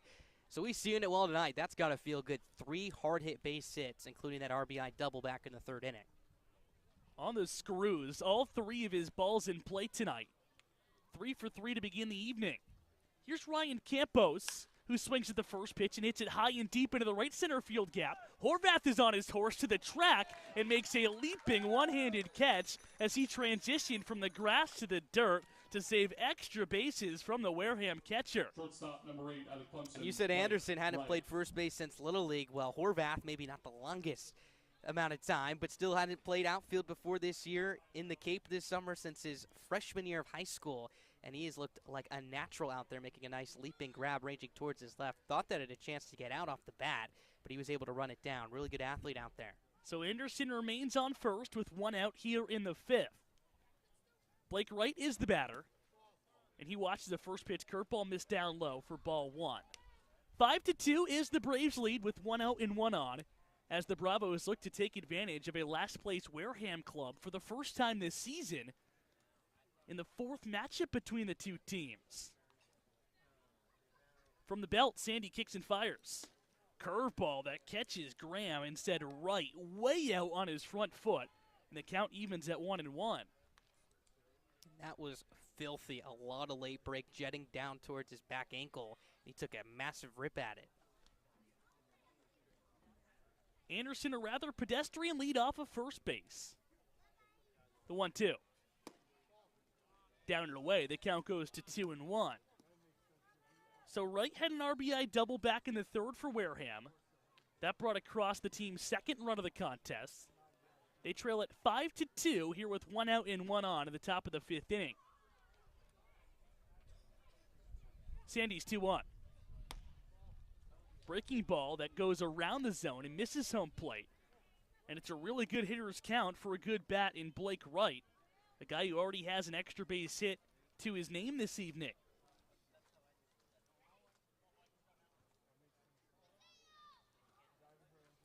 Sandy would love a double play ball to get out of this inning. His 3-1 will not be made. Instead, a check over at Anderson, who just takes 2 steps to the bag without a slide and is in there safely.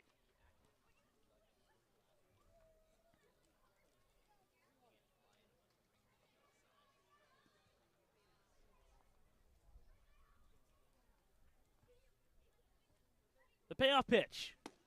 Right across the plate. It is in there for strike 2, and the count goes full here on right. So Sandy, after falling behind 3-1 with an opportunity to climb back into this at-bat and finish with a positive outcome, the count has gone full to the third-team All-ACC selection in Blake Wright. Another check on Anderson. He's back in there safely. Light starting to become a factor here as we play in the bottom half of the 7 o'clock hour on what has just been a muggy and sticky night for baseball. Sandy's 3-2. Below the zone, and 2 men are on here with just 1 out as Wright takes ball 4. And the tying run in a 3-run game here in the 5th inning will come to home plate in the form of Carter Graham. And we mentioned it earlier on the broadcast for Sandy when he's gotten into trouble this year. It's been allowing the free pass. In his 2+ innings, in his last outing, did not walk 1 batter. Walks right here. And remember, go back to Fisher in the 3rd inning. Walked Chase Davis with 1 down in that frame. And Anderson would drive in Davis all the way from first base really quickly. So Sandy's going to have to tighten it up here for Graham, who has a lot of pop. Doesn't have a home run this year, but is a threat to do damage. His first pitch. Curveball that crosses the plate for strike 1. Graham 0 for 2 in the night. A line out to left and a strikeout back in the 3rd. That's with 1 out and 2 on here in a 5-2 Braves lead in the top half of the 5th inning. Sandy sets. Now comes home. Pitch misses away. The count evens at 1-1 here on the big time DH.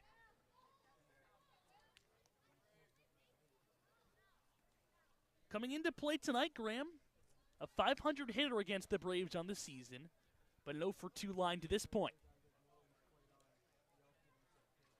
Seeing Sandy for the first time, who delivers a 1-1. Swing and a miss, a really good changeup working down and away from the righty bat, and the count goes to 1-2.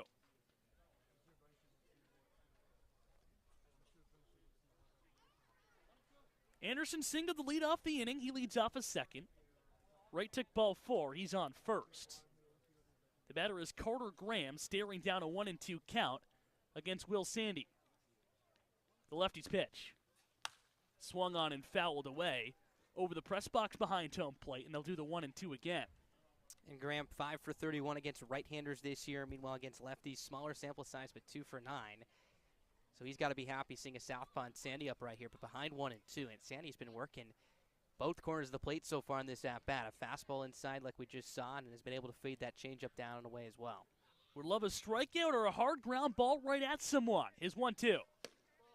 Just missed the outside part of the plate. Frick tried to stick it, but to no avail, and the count goes to 2-2.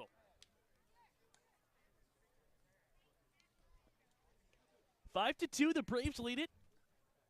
They jumped on the board early, went up 3-0, and hold that same 3-run lead now with 1 out and 2 on in the 5th inning. The 2-2. Up and away, this one not even close to the zone, and for the second straight batter, the count has gone full.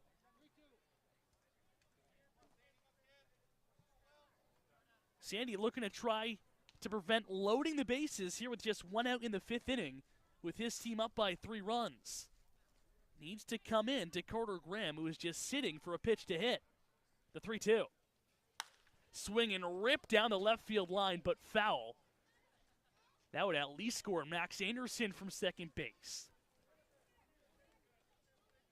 But it's just allowed nothing pitch as the count remains full.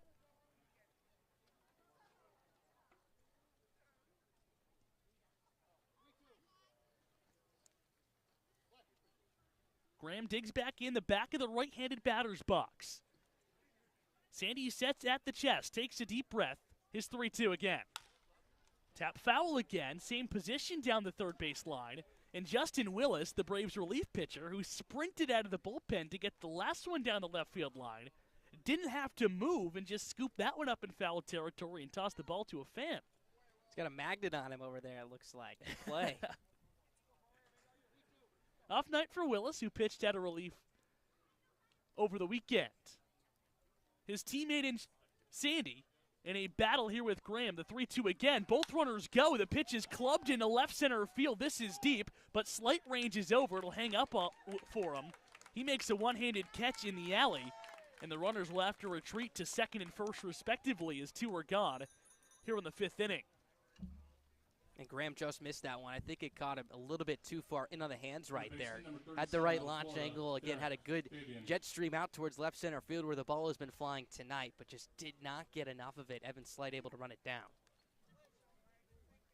So that brings up Derek Fabian, who's happy to see a left-handed pitcher after coming into tonight's game just 1 for 34, hitting off righties.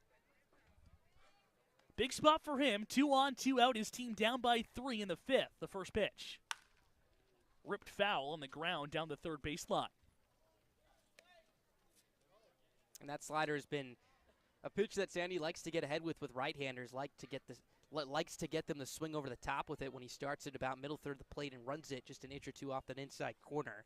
Graham did a really good job of spoiling those pitches foul until he got a fastball to drive out towards the alley. Probably the same approach coming up here to Fabian, another right-hander. Fabian 1 for 2 on the ledger tonight, seeing Sandy for the first time. The 0-1. Swing and a ball hit off the hands, but right at Mac Horvath, who started back, now comes on and makes the chest-high catch to retire the side here in the top of the 5th. So Wareham gets 2 runners on base on 1 hit. They leave them both there and do not score a run. As we're through 4.5 here at Doran Park, so you know what that means. It's the middle of the 5th. It's time to go around the Cape with Ethan Frank. Not as much emotion in this segment as I had with Reese Sharp earlier, Calvin, but let's go around the Cape because there's a lot of interesting scores going on. Top 9 out east. YD and Harwich tied at 5 right now. Those two teams battling for standings in the East Division. Cotuit and Hyannis playing. Cotuit had an early 3-1 lead, but Hyannis has come back.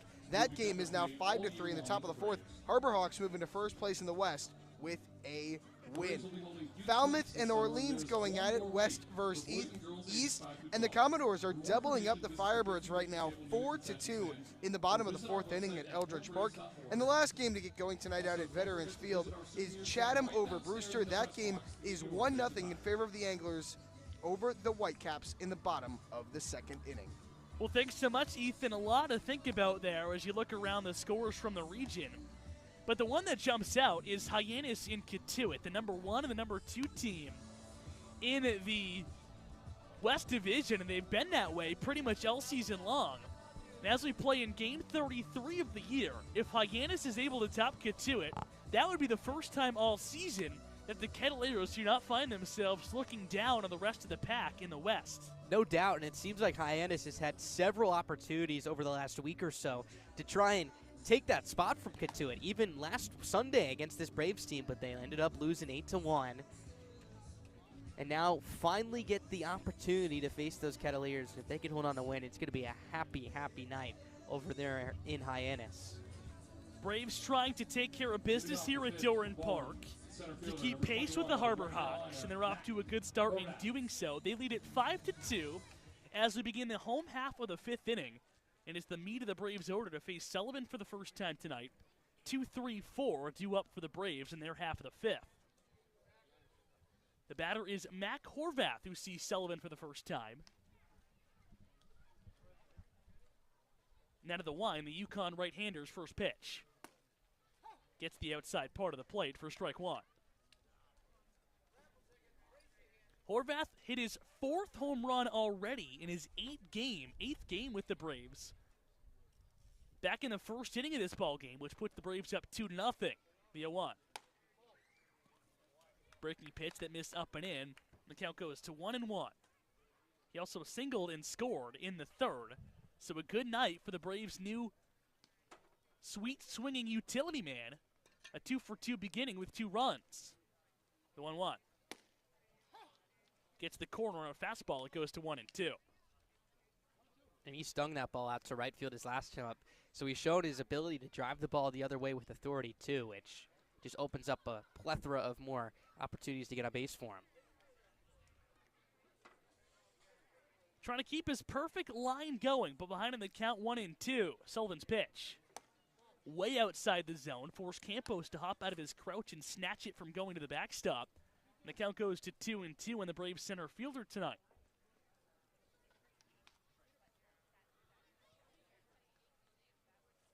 Horvath has been quite the find. A late season addition to this Braves roster, already paying off dividends. Tries to get the 5th inning going for the Braves, as the Bravos lead it 5-2. Here with the bases empty and nobody on to begin the 5th. And the first 0 put on the board from Wareham pitching came back in that 4th. Sullivan looking to keep this a 3-run game, as Wareham's been threatening a couple of times. The 2-2. Swinging a pop-up into foul territory, first base side. Anderson gives it a look and makes the catch at his belt, right in front of the retaining wall. Thought for a second he was going to run out of real estate, but the natural third baseman runs it down to the first base side. He makes a basket catch to retire the dangerous bat of Horvath, to retire the first batter of the 5th inning. And since that single to Moylan, 3 in a row retired now. 12 pitches, 8 of them for strikes. He's pumping that strike zone very aggressively. And that heater looks really lively so far. So the bases are clean here for Matt Shaw with 1 out in the inning. The first pitch. Swung on in smoke down the left field line, but foul. Twisting just to the left of the third base bag, and it's just a loud strike, the first on the batter, Shaw.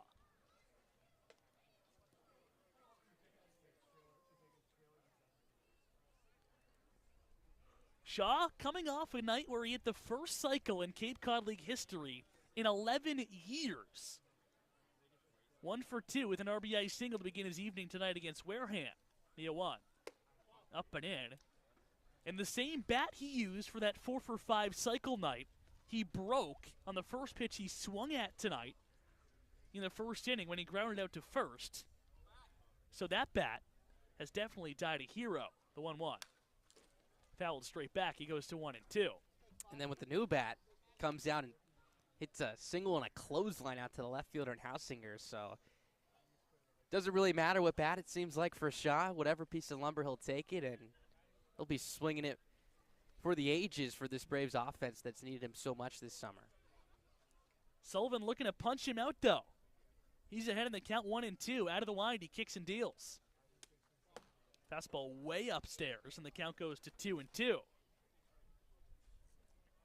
Shaw, the current leader in batting in the Cape this summer, a .367 hitter coming into play tonight with 5 long balls and now 18 runs driven in.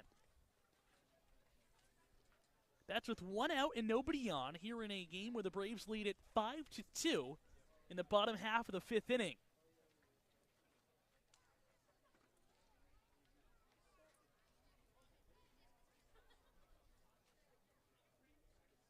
Long look in by Sullivan, now is 2-2. Spoiled away as he goes down to a 1 knee and swings it with one hand over the Wareham dugout on the first base side.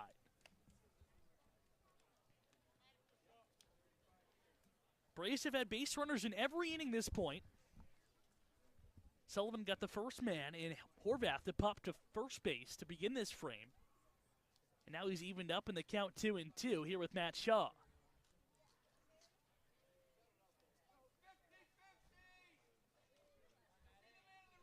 His delivery. Chopped to second, going to be a really tough play. Padilla fields and tosses to first, and on a bang-bang play, he gets the speedy Shaw by a step. A chopper with Matt Shaw's speed is not the easiest task, but Padilla made it look rather routine as two are retired to begin the 5th inning. And as he was fielding this, he was already getting into his transition to throw over to first base. So that's exactly what he needed to do, executed it perfectly. It got Shaw by just a hair right there. Really close play. So the bases are empty now with 2 outs for Evan Slight. The Braves cleanup man who's 0 for 2 to begin his evening. First pitch misses down low for ball 1. 5-2, the Braves lead it on 7 hits. eclipsing that 2-run mark they've been stuck on against these Gatemen, as the two squads have tied 2-2 in the first 3 matchups this season. The 1-0.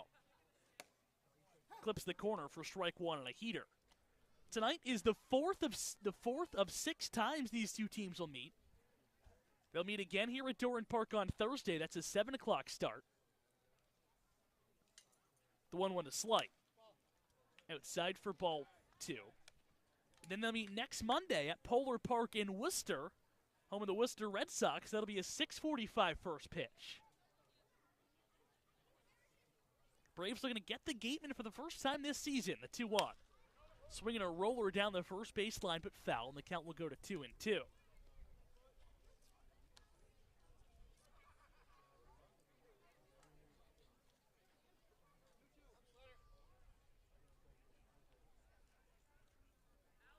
So Sullivan looking to get through Wareham's first 1-2-3 inning of the night. The 2-2 pitch to Slight. Swinging a tapper right off his back in the home plate batter's box, and he'll stay there. The count will remain 2-2. And a really good fight put up right here. Sullivan continues to pound the strike zone right here. Quality pitches on top of that. And Slight, who does a really good job of controlling the zone, continues to spoil them foul to live for another pitch. Nobody on, 2 gone here in the bottom half of inning number 5. Sullivan looking to make quick work of the Bravos here in the 5th.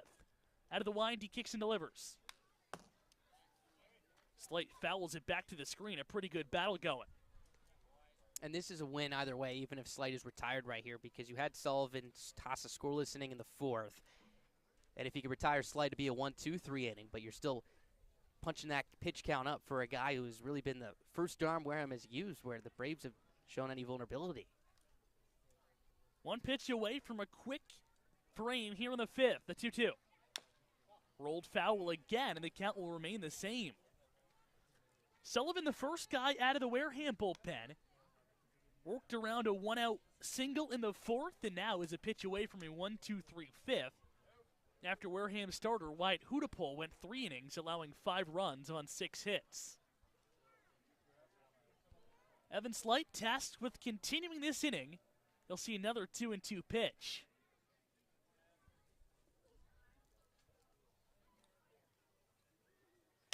Swinging a fly ball, drifting into foul territory behind the third base bag. Fabian will run out of room over there. And it'll go foul again as the bout continues between the right-handed thrower and the left-handed swinger. And now 19 strikes to 7 balls through 26 pitches so far for Sullivan, who just entered this inning with about 10. So Slight doing a really good job of putting him under some pressure right here. And if he could reach, you have Brito on deck as well. The 2-2 again. Fouled away again. So Slight, if at anything, is increasing the pitch count of Sullivan.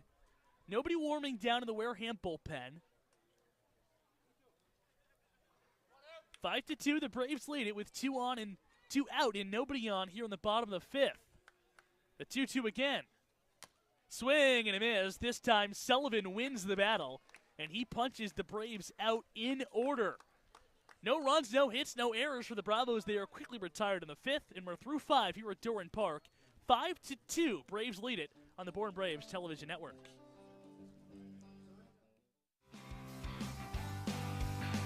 "2021 was a historic season for the Bourne Braves. The Bravos captured the President's Trophy, given to the team with the best regular season record, and rode early success to the West Division title and a trip to the Cape Cod League Championship Series. Now in 2022, the Braves are back and look to replicate the success from a season ago without many of the faces that got them there. It's a whole new season of Bourne Braves baseball. Check out the full schedule on bournebraves.org and come join the party at Doran Park. The Bourne Braves have enjoyed a long history of offering internships to college students who have worked in a myriad of capacities and performed any number of duties for the organization. Interns support everything from public relations, fundraising and concessions, to field maintenance, internet broadcasting, and baseball operations. The Braves will begin accepting applications for the 2023 season in September. Those interested should visit bournebraves.org. The This is Wyatt Hensler, infielder from Pennsylvania, and this is Bourne Baseball. Braves lead at 5-2 as we begin the top half of the 6th inning here from Doran Park. Will Sandy back out for his second clean inning of work. Allowed a hit and a walk in the 5th, but got through it unscathed. He's thrown an inning in a third scoreless, and he'll face 7, 8, 9, the bottom of the Wareham order, here in the 6th. The Braves scored 2 runs in the first on a 2-run Mac Horvath home run, and have led ever since, extending their lead to 3 here in inning number 6. Sandy working from the third base side of the rubber comes to the plate, and his first pitch is in the dirt as Frick blocks it for ball 1. Hausinger, the batter, 1 for 2 on the evening, singled in the second. That was off the starter in Fisher. The 1-0. Swing and a foul off of himself in the batter's box. So Hausinger will walk it off as the count evens at 1-1 here on the Xavier left fielder.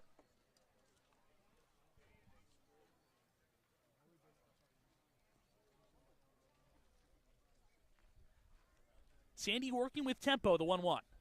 Swing and a miss. He got him waving on a slider, working down and away to the left-handed bat. And the count goes to 1-2. Hausinger coming into play tonight, just 1 for his last 17, but 1 for 1 to begin the evening. The 1-2. Swing and a miss on an identical pitch. Another slider running down below the zone.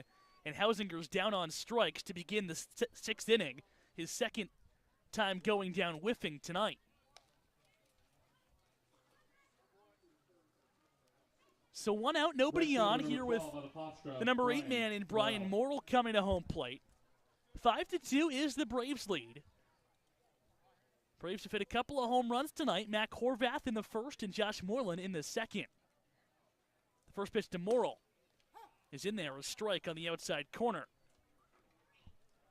Morrill 1 for 2 in his Wareham debut this evening. Singled up the middle his last at-bat. The 0-1. Swing and a miss, and that slider is just dancing right now. Another Wareham batter out in front of it, and the count will go to 0-2. Sandy definitely in a rhythm as 0-2 quickly. Hit off the hands right to the third baseman Hensler. He fields between his legs and makes a strike across the diamond, and 2 are quickly retired to begin the 6th inning.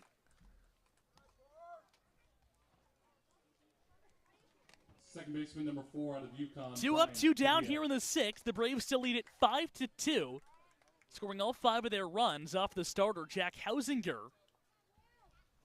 Jake Simmons has been good for Wareham, the first man out of the bullpen.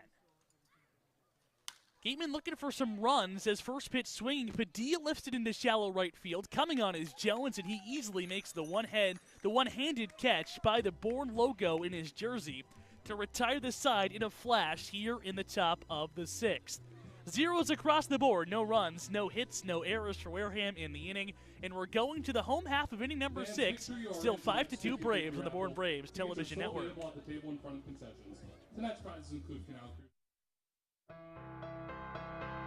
The Bourne Braves organization is looking for families willing to host 1 or 2 players for the Cape League season. It generally runs from the first week in June to early August, and the bond between many host families and their players extend beyond the summer and form lifelong friendships. If you're interested in learning more about this opportunity, visit bournebraves.org. Braves fans living on the Cape far from Doran Park? Too far of a drive to make the trip west on any given night? Well, don't worry, because the Braves are coming to you. The Bravos' full slate of games includes trips to all East destinations, including Orleans, Chatham, Brewster, Harwich, and Yarmouth, as well as West Division road trips to Cotuit, Hyannis, down south to Falmouth, and off Cape to Wareham. So wherever you are located on Cape Cod, the Braves will be in your area and are a can't-miss family fun activity. To see the Bravos' full schedule, head over to our website, bournebraves.org, and come join the fun. This is Anthony Arguez, right-handed pitcher, and this is Bourne Braves Baseball. 5-2 remains the Braves' lead as we play in the bottom half of the 6th. Jake Sullivan has been a really good addition to the Wareham Gatemen lineup out of the bullpen to begin this evening for Wareham. After Wyatt Hudapole allowed 5 runs across 3 innings, Sullivan has retired 6 of the first 7 Braves batters he's faced. He's back out for his 3rd inning of work, and he'll face 5, 6, 7 in the Bravos lineup, starting with the first baseman and Chris Brito, who digs in for the 3rd time tonight. First pitch to him is a strike on the outside corner, a heater that clips the zone for strike 1. Sullivan working from the first base side of the rubber, out of the line, comes to home plate. Swing and a foul bat nubbed off the end of the black Brito bat. Straight to the back screen, and the count will go to 0-2. Brito on the night, 1 for 2. Singled and stole his 4th base of the season back in the 3rd inning. He has been itching at the belt to steal all year long. Got an opportunity to do so the last time he was on base. Trying to get back there again to start off the 6th, the 0-2. Slider down low, and the count will go to 1-2 in the Braves slugger.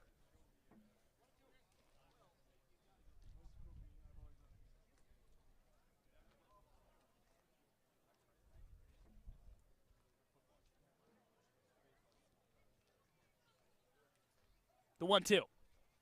Swinging a ball hit high and deep to left center field. Hausinger's on his horse going back, and it is a Brito bomb shot. The 3rd home run of the night for Braves batters. Chris Brito finally gets the monkey off his back and gets one up and out of Doran Park. His 4th home run of the season, his 1st here at Doran, and the Braves lead is 4 runs again, 6-2 in the 6th.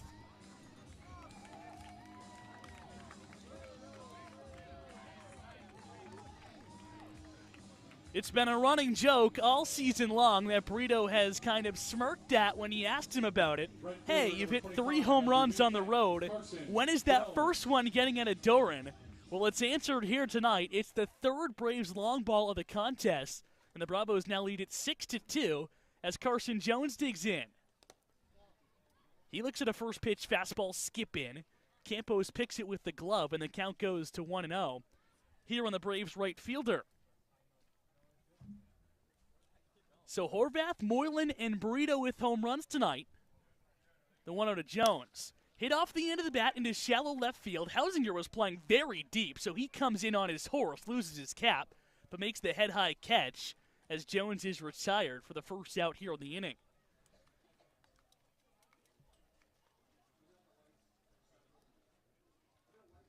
Third baseman, number 13, out of Penn, Wyatt Hensler.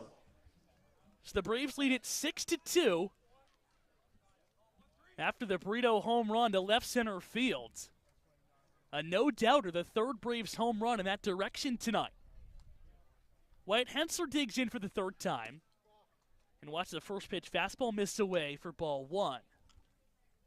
Still waiting on Hensler's first home run of the season after hitting double-digit long balls at Penn this year. He's 0 for 2 in the night with a couple of ground outs, 1 to first and 1 to short, the 1-0. Fastball just a little bit closer to the plate, and that one does get the outside corner. And the count goes to 1-1 on the Braves' 3rd baseman.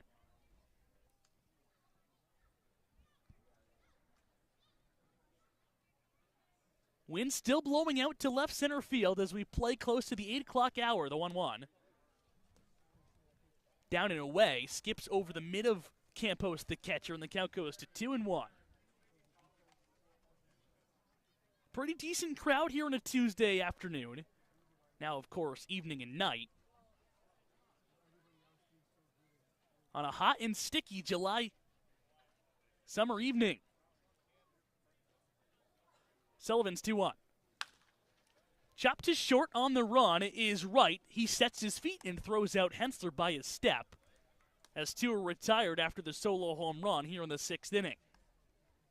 Designated hitter, number 32, out of East Carolina, Josh Moylan. So the bases are empty for Josh Moylan as he bats for the 3rd time. 6-2 is the Braves' lead thanks to a Chris Brito solo home run to begin this inning. Josh Moylan also has a home run to his name tonight. That was a solo shot back in the 2nd. Seeing Sullivan for the 2nd time. And looks at a first pitch slider come in the back door and stick on the outside part of the plate for strike 1. Moylan 2 for 2 to begin this evening, now 5 for his last 11 at the dish. The 0-1. Down low, the count goes to 1-1.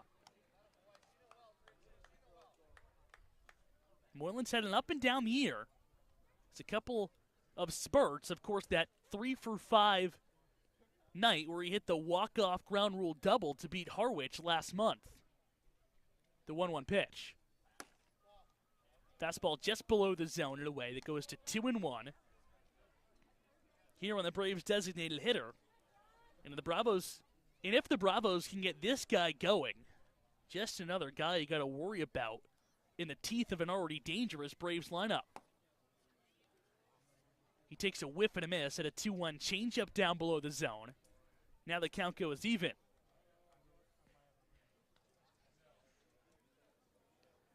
Sullivan looking to put that home run in the rearview mirror and retire the rest of the Braves in order here in the 6th. From the wind is 2-2. Swing and a miss. He got him on a slider down and in. 4 strike 3. So that'll do it for the 6th inning, but not before the Braves put another run on the scoreboard on the Chris Brito solo home run to left center field. 1 run on 1 hit, no errors for the Braves in the inning, and we're going to the 7th, 6-2 Bravos on the Born Braves television network. 866 Ask Mary or go to mosquitomarys.com. Mention the Cape Cod Baseball League. You know what Pete Alonso, Kevin Youkilis, and Lou Merloni all have in common? Go ahead, take a guess. Yeah, that's right. They're all former Born Braves. The list of famous Bravo alumni is lengthy and it's growing fast. Take 2021 Major League Baseball first overall pick, Henry Davis, for example. He was on the Cape just 3 summers ago, back in 2019. So make sure you don't miss out on watching the future stars of tomorrow today. Admission to all games at Doran Park and around the Cape Cod League is free. For the full Braves schedule, head to the Bravos team website, bornbraves.org. Did you know it takes $150,000 to field the Braves every summer? We are a non-profit, all-volunteer organization that relies solely on the donations of private citizens and local businesses. The Born Braves are a 501c organization, and all donations are tax deductible. You can donate today online at bornbraves.org. 2021 West Division champs are defending their title. Now back to Born Braves baseball. Braves lead it 6-2 after the Chris Brito solo shot in the bottom of the 7th as we begin the top half of the 7th inning here at Doran Park. Back with Max Tanzer, I'm Calvin Cristoforo. Will Sandy has been really sharp out of the Braves bullpen. Back-to-back scoreless innings from him has allotted the Braves skipper Scott Landers to throw him out there for a 3rd inning of work. He'll face the top of the Gatemen lineup, Davis, Anderson, and Campos here on the 7th. And he got into some trouble early on, but has really settled in here, picking up right where he left off against Falmouth. Davis swings at the first pitch and hits it high but not very deep into right field. It's a long run for Jones, but he runs it down, making the one-handed catch by the Born emblem in the center of the Braves logo. And one is retired on 1 pitch to begin the 7th inning. First baseman number 18 out of Nebraska, Max. So the Braves lead at 6-2 as you take a look at the game summary to this point. Mac Horvath got things started with a home run in the 1st inning, a 2-run shot. And then you just saw Chris Brito's solo shot to left center field in the 6th. Max Anderson is the batter for Wareham. He takes a swing and a miss at a changeup running down and away for strike 1. Anderson seeing Sandy for the 2nd time tonight. A really good night, 3 for 3. Hits this one hard, but right up the middle where Bryce Eblin is playing. It skips off his glove, and Eblin can't handle it. It'll be an error on the Braves second baseman, and Max Anderson is on for the 4th time tonight. And in rare E4 as well for Bryce Eblin, who's been so sure-handed over there at second base. This one took a tricky hop because it hopped off the mound, then back onto the grass infield, then maybe nicked off the cut of the infield grass, and Eblin just tried to climb the ladder with his glove right there very late. It almost was able to pick it. That would have been a spectacular stop, but nonetheless, Anderson able to reach. So they officially give it a hit for Max Anderson, so now he is 4 for 4 on the night. He's on for Ryan Campos, the catcher, who looks at a breaking ball missed down low. Anderson 4 for 4, and all 4 of his balls have been stung to this point. A really good night at his former stomping grounds. The 1-0 to Campos. Fouled away, goes to 1-1. And that's big for this Wareham offense moving forward. Of course, we mentioned they lost a couple of big bats to the draft, including Windish, who was in the 2-3 spot consistently for them. If they could get Anderson going, we mentioned he's already an all-star this year, that would be huge for them in the middle of their lineup moving down the stretch. He's gotten it going. 4 for 4 at one point this season, had a 13-game hitting streak. The 1-1 to Campos. Below the zone in the slider, it goes to 2-1.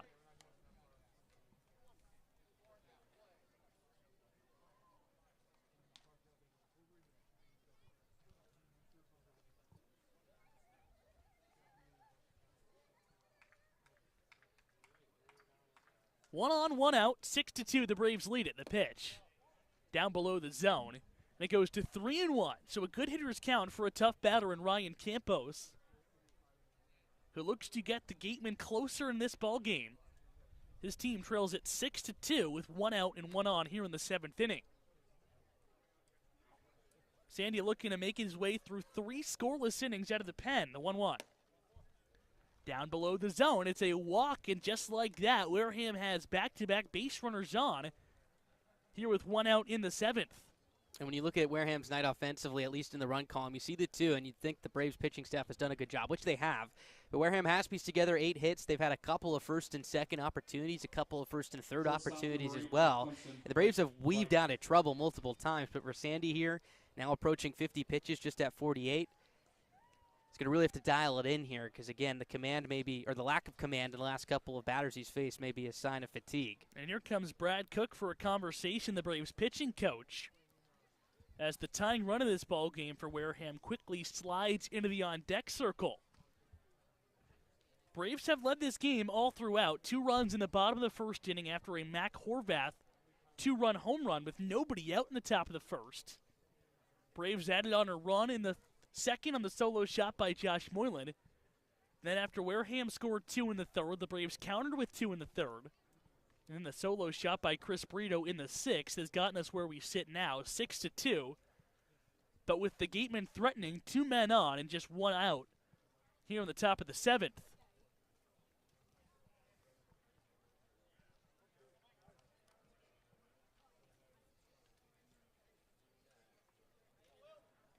The batter is Blake Wright, who's 1 for 2 with an RBI double to this point on the evening.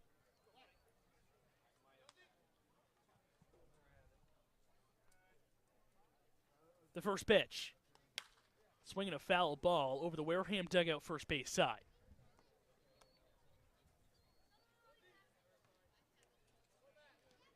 So Sandy came into this game with 2 out and 2 on in the 4th.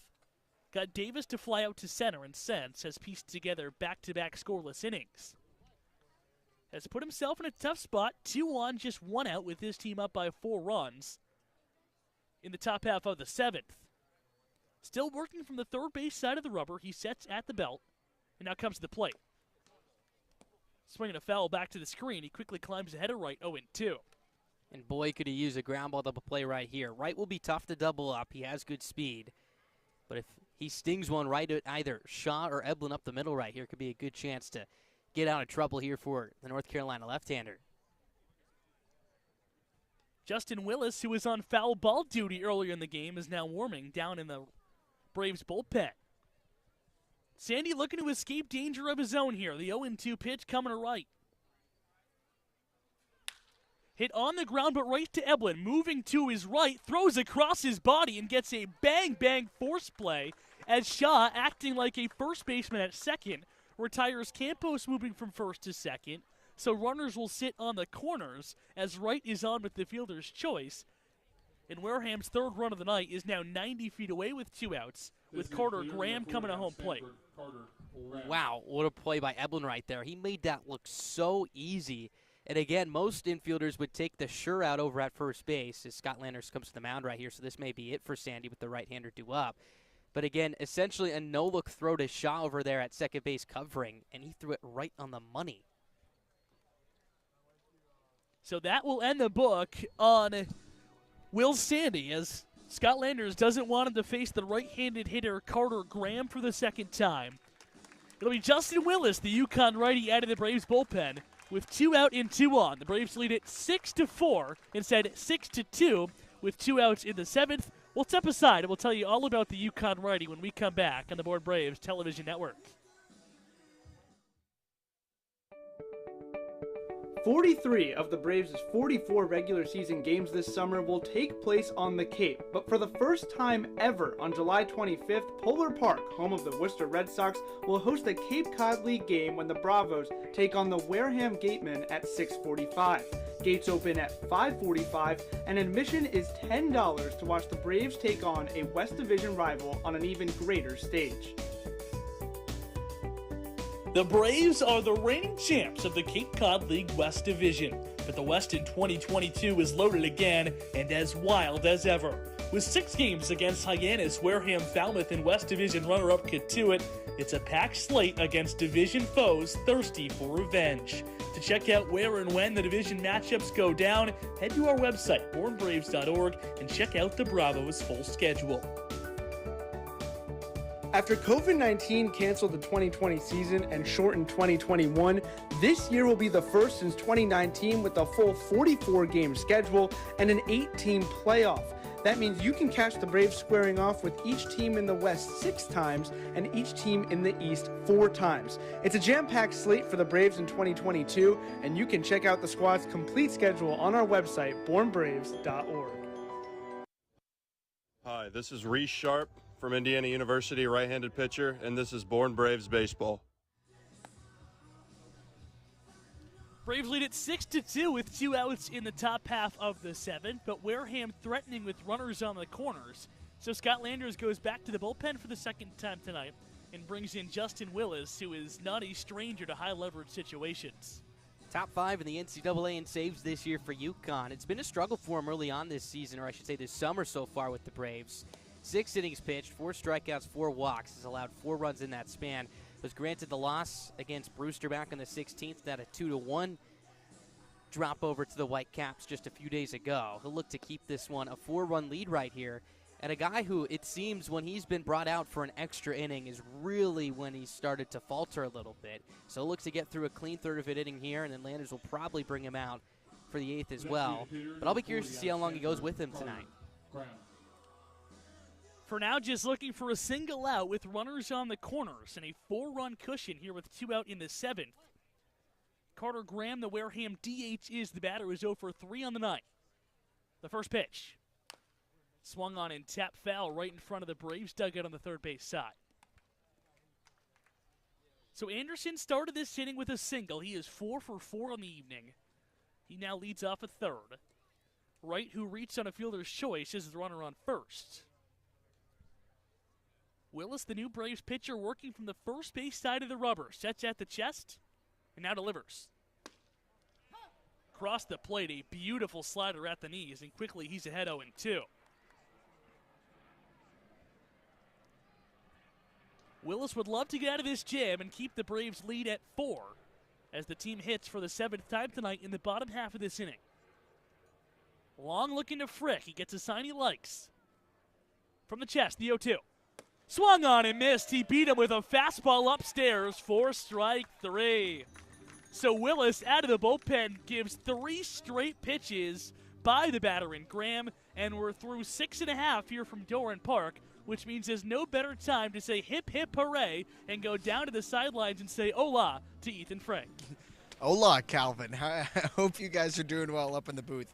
But the power has really resurged for the Braves tonight. 3 home runs all season here at Doran Park. 3 through 6 innings tonight. You saw it in the first inning with Matt Horvath, in the second inning with Josh Moylan, and then there in the bottom of the 6th with Chris Brito. The ball flying out to left center field tonight. So the Braves taking advantage of some power at bats, doing well to make the most of what they're doing at the plate, able to lift the ball in the air, taking advantage of some inexperienced Wareham pitching, and doing what they can to get a lead here in the 7th.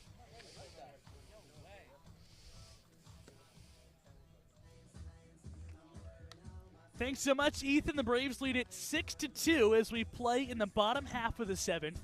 The Bravos eclipsing their record of home runs on the season with 3 long balls to this point, and look to add on to their already 4-run cushion as they send 9-1-2 to bat here in the 7th inning. And Sullivan has been good tonight, minus the 1 home run to Brito. He's a guy who throws hard, and with the power of Brito, when he connected with that one, hit a shot out there towards left center field. But was able to bounce back quickly, set down Jones, Hensler, and Moylan in order here. And if you're the Braves right now, just trying to add on as much as you can, because despite limiting Wareham to 2 runs, we said it earlier, they have been threatening almost every single inning here against Braves pitching. They have not made it comfortable. Both teams have 8 hits to this point. The Braves just have 3 homers and 6 runs compared to Wareham's 2. The batter is Tomas Frick, who sees Sullivan for the second time, who's out for his 4th inning of work in his first pitch. He's a slider at the knees for strike 1. Frick on the night 0 for 2, including a pop out to second when these two met back in the 4th.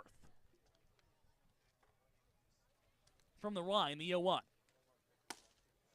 Another slider, this one breaking on the outside part of the plate, but it clips the zone as the count quickly goes to 0-2 and the Braves backstop.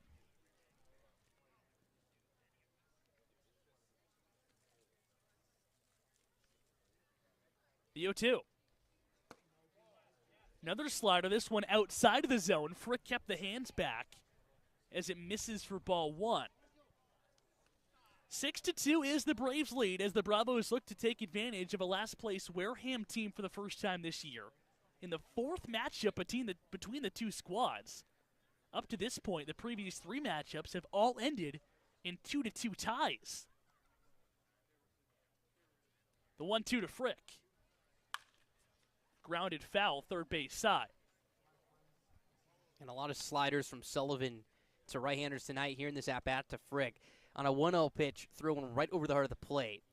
Then dipped one off the outside corner that Frick held back on. Then tried to front door that same pitch. Frick was on it, just a little bit out in front, but still squared it up. Sullivan's been effective, just 2 hits, and now 3+ innings of work on the mound. Trying to punch out Frick, the 1-2. Fastball inside, just misses at the hips, and it goes to 2-2. And that pitch handcuffed Frick a little bit right there. You can see because that slider's in the back of his mind. You just have to make the decision whether that's going to stay straight or break back towards the inside corner. Well, Frick lives to see another pitch. Sullivan gets his sign he likes, nods his head, takes a deep breath, and now starts his wind, the 2-2. Swung on and bounced to the first baseman, Anderson. He puts his hand up to tell the pitcher to stop, and he ranges over to first base himself, tagging it with his cleat for the first out of the inning. And Anderson has been mighty busy over there, had 3 plays through the first 2 innings. And then a couple here in the last couple of innings as well for a guy who's not that experienced over there, but has been getting plenty of opportunities at first base with Harvey Shapiro this summer. He's very sharp over there. A natural third baseman who actually played his first base of his career when he was with the Braves last summer. Moving with Harvey Shapiro to Wareham, has seen him get some more reps at first base this year.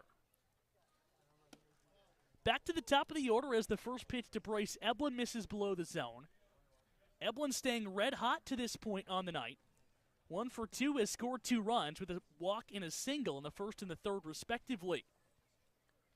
Seeing Sullivan for the second time, who comes to the plate on a 1-0 pitch. Swinging another ground ball to Anderson. He gets this one on the charity hop, does the same routine again, tells Sullivan to stop and wins the chase to the base himself, and 2 are quickly retired on 2 bounce outs to the right side to begin the 7th inning. And Eblin continues to hit it hard. That one a steamer on a hop to Anderson right there. Almost took a tricky hop as he fielded it close to his stomach. But nonetheless, once he got it cleanly, had plenty of time to retire Eblin. So 2 are gone for Mac Horvath as the Braves lead it 6-2 with 2 outs and the bases empty in the bottom of the 7th inning. Horvath part of the home run party tonight with his 2-run shot back in the first. The first pitch is swung on and skied into the infield, playable for anyone in the frame. Anderson calls it off, and the first baseman makes the one-handed catch above his Wareham cap to retire the side in order here in the bottom of the 7th. Sullivan has been money out of the Wareham bullpen. He keeps the Braves off the scoreboard for the 3rd time in 4 tries. And we go to the 8th, the Braves still with a 4-run cushion, 6-2 on the Bourne Braves television network. Curry College is where you go to become any. Feeling lucky? Head over to the 50-50 table at Doran Park and play everyone's favorite ballpark game of chance. A different list of prizes are available every home game, and of course, half the pot is always up for grabs. Take it from me, my family played the 50-50 last season and won a gift certificate to a local ice cream shop, and I can tell you firsthand it was delicious. Check out the list of prizes over at the 50-50 table next to the concession stand and play the 50-50 leg, because I'm sure there's a prize for you.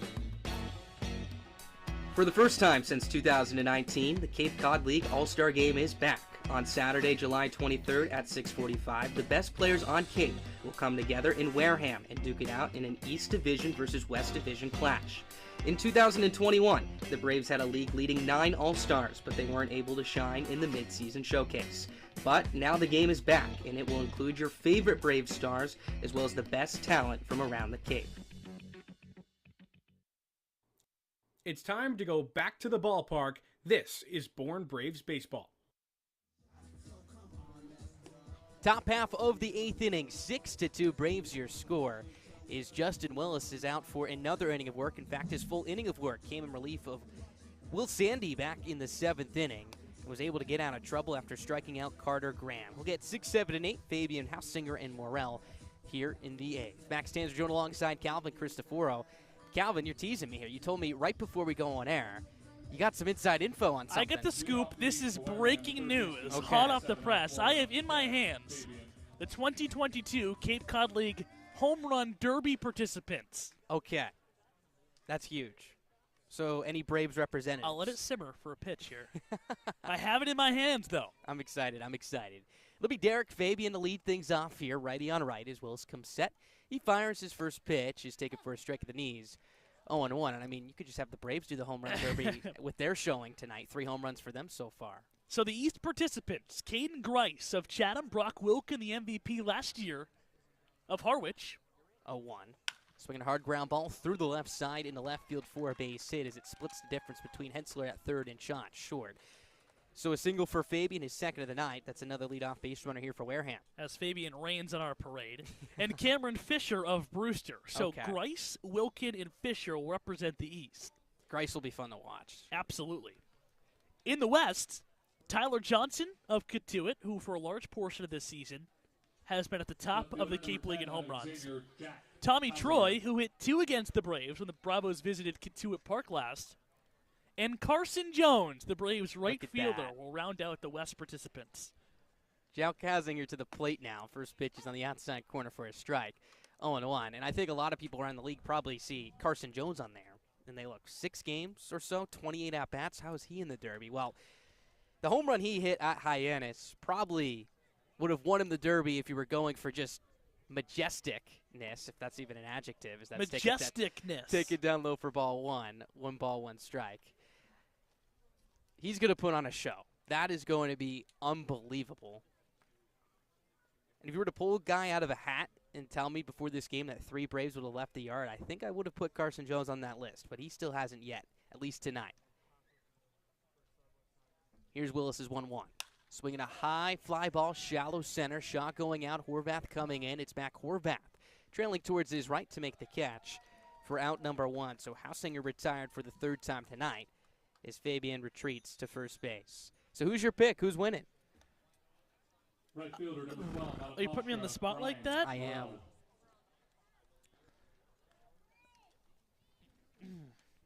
I think it is hard to pick against Caden Grice. That was my pick too. I agree with that. I think he is going to blast him to the moon. Maybe back to the Cape, at least on the island, of course, the All-Star game in Wareham.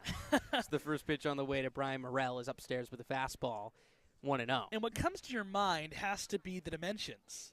And I don't think I've ever seen in person a home run out to left field at Spillane. Have you? No, and Grice, of course, a left-handed hitter, will benefit from that. 1-0. Take it at the knees for a strike. 1-1. It was Windish who almost left the yard when we were there back on June 13th. To deep left center field. Just missed one out towards that gap. Of course, they have those bleachers out there, so I'm sure there will be plenty of ball hawks out there trying to catch some Cape Cod balls. So the 1-1 is taken down low for ball 2. 2 balls, 1 strike on Morel. I said it earlier, a couple weeks ago, but the Cape Cod League balls are just gorgeous. So if you want to go get some Easter eggs, you got to go out to Wareham next weekend. Catch some home run balls, maybe from Carson Jones as well. Camp out behind that right field wall. Willis from the stretch. Here's his 2-1.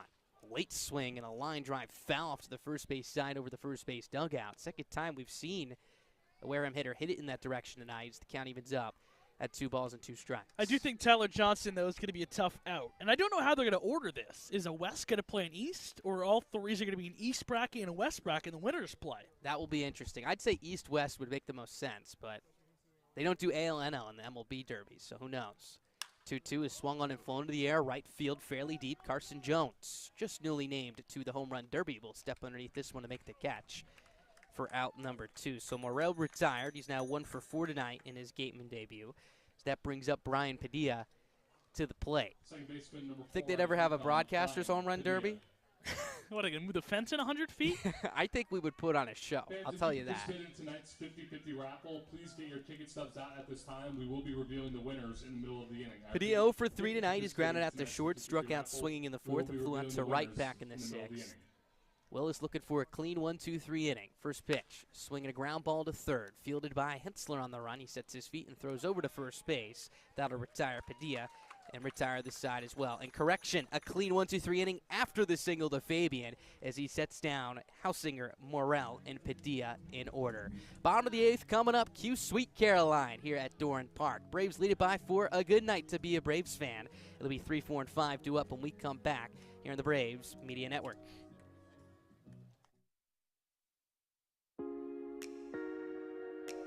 You know what Pete Alonso, Kevin Youkilis, and Lou Merloni all have in common? Go ahead, take a guess. Yeah, that's right. They're all former Bourne Braves. The list of famous Bravo alumni is lengthy and it's growing fast. Take 2021 Major League Baseball first overall pick Henry Davis, for example. He was on the Cape just 3 summers ago, back in 2019. So make sure you don't miss out on watching the future stars of tomorrow today. Admission to all games at Doran Park and around the Cape Cod League is free. For the full Braves schedule, head to the Bravos team website, bornbraves.org. Did you know it takes $150,000 to field the Braves every summer? We are a non-profit, all-volunteer organization that relies solely on the donations of private citizens and local businesses. The Bourne Braves are a 501c organization, and all donations are tax deductible. You can donate today online at bornbraves.org.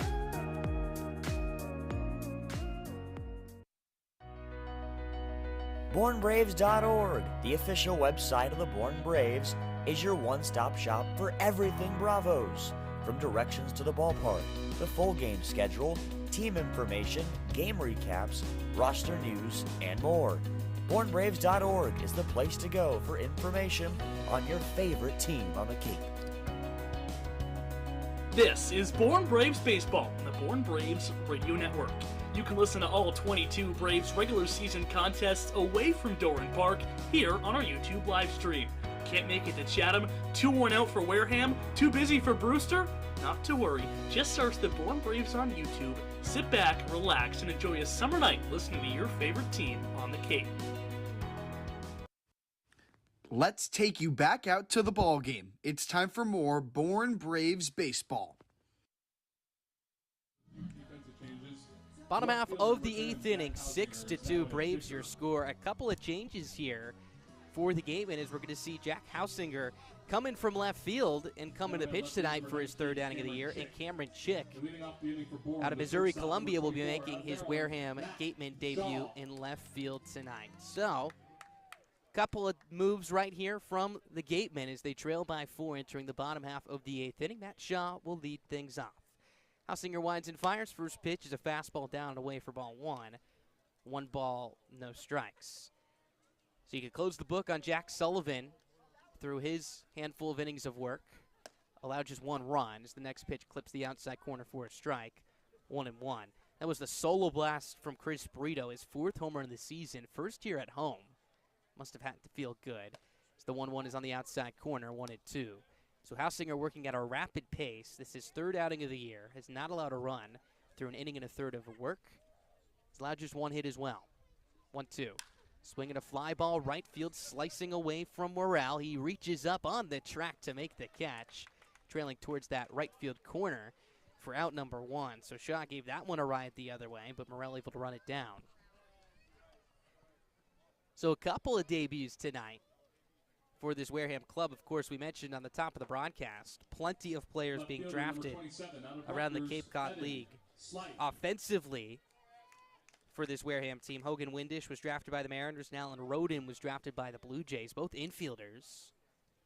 As the first pitch to Evan Slight is taken down in with a heater for ball 1. But we also are seeing Brian Morrell, who just made that play on Matt Shaw, making his Cape Cod League debut tonight as well. Hausinger twists and tosses his 1-0. Changeup taken down low. Appeal down the first base says that Slight did not go around. As the count moves to 2 balls and no strikes here. Here's Hausinger's 2-0 make that. Misses inside ball 3. 3 balls, no strikes to count.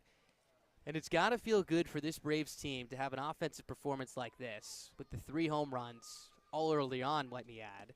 As the 3-0 is a fastball taken just a little bit down low, so Slight will take the walk. That's the first walk surrendered by Hausinger this summer. 1-on-1 down for Chris Brito. But their home-to-road splits, there's quite a disparity. They are much worse here at home, particularly in the slugging percentage category, because they just simply haven't left the yard here because it's just so deep to every portion of the ballpark here at Doran Park. And it almost seems like the offense comes to life every time they're away here from Doran. It's the first pitch to Brito. Is swung on and smoked. Deep out the other way to right field. Morrell, a late jump on it. Right in front of the track, takes a step to his left to make the catch waist high for out number 2. So Brito, again, to my point, gave that one a ride out the other way, but super deep out there towards straightaway right field. 360 feet it jets out to, and that's just a long fly out. I think you got it all wrong, Max. I think you should have your numbers in jersey colors. Not home and away. I want those numbers in blue and white. Well, only 2 home games in blue, but they played well in them. As the first pitch to Carson Jones is taken down low and in for ball 1. 1 ball, no strikes. I mean, how about this tonight? You touched on it a little bit. Navy blue jerseys on both ends. The only way you can differentiate the 2 teams from a distance is their pants color. Well, of course, you next can pitch is inside. Easily identify the red versus the cranberry. From a distance, I'd say it'd be pretty tough. I'm glad you pointed out cranberry, though. That was your biggest warning to me on my first broadcast. How dare you call those not cranberry? They're cranberry. Clearly are. Hitters count for Jones here with 2 down. 2-0 is swung on and fouled right off the thigh of the catcher in Campos as he falls to the ground. Home plate umpire Jeff Kinney will walk out towards the mound to give Campos some time. That one always a tough spot right there because the thigh, one of the only exposed parts that doesn't have any protection on it with the catcher's gear, is that one caught Campos square in the right thigh. As now the trainer will come out from the first base dugout to give him some time. So the Braves up by 4 here. Hausinger, besides the walk to Slight, has been able to get a couple of quick outs. Both loud flyouts to right field off the bat of Shaw and Burrito.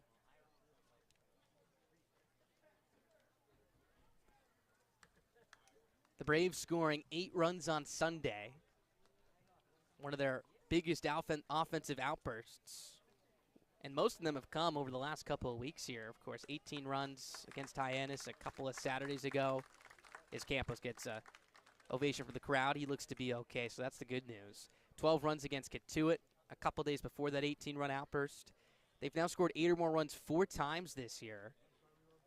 And with one swing of the bat, Jones could make it 5 here. He steps back into the left-hander's batter's box. 6-2 Braves your score. Slight takes his lead from first base here with the 2-1 count. Here's the pitch. Outside ball 3. 3 balls, 1 strike. Wyatt Hensler on deck, then Josh Moylan. Wareham will be down to their final 3 outs when we enter the top half of the 9th inning, trailing by 4. And they have 9 hits tonight. They've out-hit the Braves, but just have not been able to execute. 3-1 is swung on a line down the right field line. That's a fair ball as it rolls all the way towards the corner. Let's watch Evan Slight run. He's rounding for third. He's going to get the wave around. Here's the relay throw back in for Padilla. On a hop. Tag applied. It's not in time. An RBI double for Carson Jones. He joins the run-scoring parade as it's now 7-2 here in the bottom of the 8th inning. RBI number 7 on the season for Jones, and he just tucked that one into the corner down the right field line. Slight with 2 outs was going on contact, and he was getting that wave around early. Yeah, get going. I mean, every time you hit a ball down to that corner, it is how fast can you run around the bases.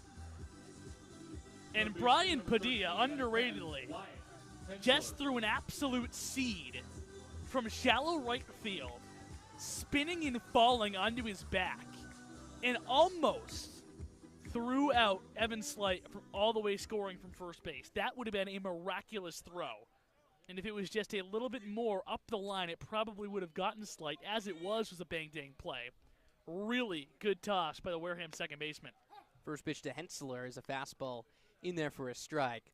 0-1. And again, you said it, really good throw. The only blemish was Campos, the catcher, had to reach to his backhanded side, so he had to spin around to try and tag Slight. Had that throw been more up the third baseline, they may have had a play. Next pitch, swing and a miss, strike 2. 0-2. But all of that aside, Campos, make that Padilla, was gliding towards the right field line. Again, the throw took him up the right field line. So had to backpedal, field it on a hop, then throw in the same motion. And not only did he make an accurate throw, but he got a lot on it. 0-2 is cued fouled on the third base side. A front door breaking ball that Hensler just gets a piece of. Count stays at no balls and 2 strikes. So a really athletic play from Padilla, but to no avail as Jones drives in the 7th run of the night for the Braves. Bourne looking to make it 8 for the 2nd consecutive game. Hensler looking to check in with RBI number 8 as well. 0-2 is a fastball up and in. Count moves to 1 ball and 2 strikes. Wind still blowing out towards left center field here. Jones takes a walking lead from second base. 1-2. Swinging a high pop at first base side. Anderson will give it a look. It'll slice out a play as the count stays at 1-2. So now the Braves even with Wareham in the hit column at 9. They've scored runs in the 1st, 2nd, 3rd, 6th, and 8th innings. Josh Boylan on deck. He's looked good tonight as well. 1-2. Swinging hard ground ball down the third base line and foul.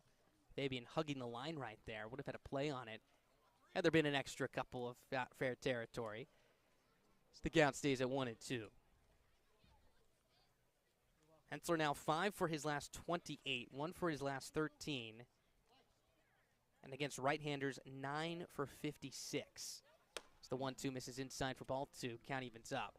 Conversely, he's mashed left-handers this year, but just simply hasn't had as many opportunities against the southpaw. But continues to hit the ball hard. Again, BABIP has not been in his favor. Has squared a ton of balls up over the last couple of weeks, just right at defenders. 2-2, that's squared up, but right at the third baseman, Fabian, who takes a step to his left, fields it on a hop and throws over to first base to retire Hensler to end the inning. But the Braves pick up 1 run on 1 hit, no errors, 1 runner left on. Healthy lead for the Bravos as they enter the top of the 9th, up by 5. 7-2 your score. Wareham down to their final 3 outs when we come back. Missed the biggest part of the game?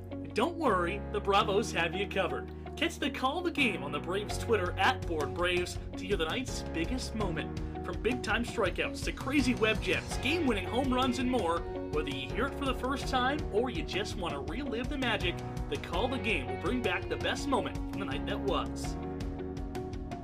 Free. It's a word you don't hear often, but it's the only word in the Cape Cod League. Every single game on the Cape is free, which means you can bring the entire family, extended family, and the extended family for no charge at Doran Park or to any other game on the Cape. Catch the best collegiate summer league in the nation for absolutely no charge all summer long.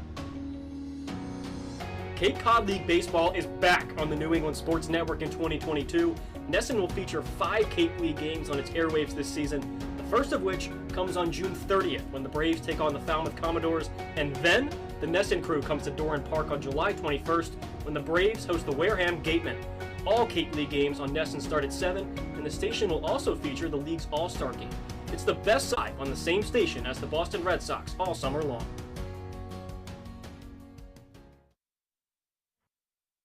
This is Nigel Belgrave, pitcher from the University of Maryland. This is Bourne Braves Baseball. Top half of the ninth inning, 7-2. Braves your score, adding on the Carson Jones RBI double to bring around Evan Slight all the way from first base. And offense and pitching, the story tonight for the Bravos. Things started with Ryan Fisher, who went 3 2/3 of an inning's work, passed things off to Will Sandy, then Justin Willis, who limited the damage to 2, and now it's up to the right-hander Nigel Belgrave to get the final 3 outs for Scott Landers tonight. Not a warm night. It is a warm night, I should say. So not a night you're going to need some firewood, but Belgrave's going to give you some. Missed a brachial bat in this game to slam the door. 5-run cushion. Wareham trying to survive and not lose to the Braves for the first time this season. Belgrave, the man to close out the majority of the Braves games so far this season, along with Ty Cummings. He's struggled as of late. In his last 4 outings, he's allowed 1 earned run in each of them. ERA up to 3.72, but a guy who has really good stuff. A fastball that runs off the face of the planet and a slider that jumps in the opposite direction, both with a ton of horizontal break. Top of the order due up 1, 2, and 3 here for the Gatemen as they look to get back into this ballgame down by 5. Belgrave's first pitch is a fastball that shoots across the outside corner, across the knees for strike 1. 0-1 the count. Davis 0 for 3 tonight, walked back in the third, has flown out a couple of times as well. 0-1 is a fastball taken outside. Count evens up at 1 ball and 1 strike. Opponents hitting .206 against Belgrave so far this season, slugging .286. Again, when he gets into trouble, it's the walks. 5 of them through just over 9 innings. Next pitch is up and away, ball 2. 2 balls, 1 strike. Nigel got off to a really good start. We mentioned at least 1 run in each of his last 4 outings, but had not allowed a run through his first 4 appearances. Down in 4 2/3 of an inning's work. 2-1 is inside. Jetting out of the way is Davis for ball 3. Hitters count for the Wareham center fielder. You got nothing to lose here, up by 5 runs. You don't want to allow free passes to get Wareham able to stack up base runners. So come to home plate. See how far he can hit it. Righty on left. Here's Belgrave's 3-1. Up and away into the backstop for ball 4. So Davis will take first base. So the league leading team in walks continues to take the free pass, as that's the 6th allowed by Belgrave this season. That brings up Max Anderson to the plate. So for Bourne tonight, they have now walked 4 batters, as Anderson looks to perfect his night with a 5 for 5 evening. He's picked up an RBI double and 3 singles against his former club. First pitch is upstairs for ball 1. 1 ball, no strikes. Anderson's double got the Wareham Gatemen on the board back in the 3rd inning. A hardline drive towards right center field that scored Chase Davis all the way from first base. It's the 1-0's on its way. Upstairs ball 2. 2 balls, no strikes. And then Blake Wright would come up a couple batters later and pick up an RBI double of his own that was able to score Anderson. And at that point, it was a 3-2 game. And you're thinking Wareham's coming to play tonight, but then the Braves would answer back with 2 runs of their own in the bottom of the 3rd. 2-0 is a fastball in the outside corner. 2-1. And then since, Braves pitching has been able to hang up 5 zeros on the board, ranging from the 4th to the 8th inning. Belgrave would love to do the same to put a period on this game tonight. Here's his 2-1. Outside ball 3. Back-to-back 3-1 counts. So Anderson now 7 for 15 against the Braves this year. Entered tonight 3 for 11. Hitting .266 overall. 3-1. Pop foul first base side and out of play. Count runs full at 3 balls and 2 strikes. Thing with him is everything's hard and everything's on a line. Even his home runs he hits are just balls that are roped. 7-2 Braves. Looking for win number 15 on the year. 3-2, swing and a cue shot foul off the backstop. Count will stay at 3 balls and 2 strikes. And Tomas Frick almost was able to hold on to that one. You could see him smack his right hand into the heel of his glove in frustration. Nonetheless, Anderson stays alive. Davis takes his lead from first. Nobody out still. Here's the 3-2 again. Swinging a ground ball off the foot of Belgrave, rolls right to Chris Brito, who will take it to the first base bag for out number 1. Belgrave, gotta hope he's okay, kicked that one with his left foot, and it rolled directly at Chris Brito, who is just 3 or 4 steps in front of the first base bag. So advancing to second on the play will be Davis, but that'll be a 1-3 put out to retire Anderson. You say soccer? You say football? Again, this was right back at him, and it probably had a ticket to get right up the box into center field for a base hit. So that's a break for the Braves, and they'll take it, especially knowing that Belgrave looks to be okay. He twisted around with his numbers facing home plate right there, and in the process of twisting around, that left foot whipped that ball right back to Chris Brito over at first. So in the spot of Ryan Campos, we'll see a pinch hitter here for Wareham, a right-handed hitter.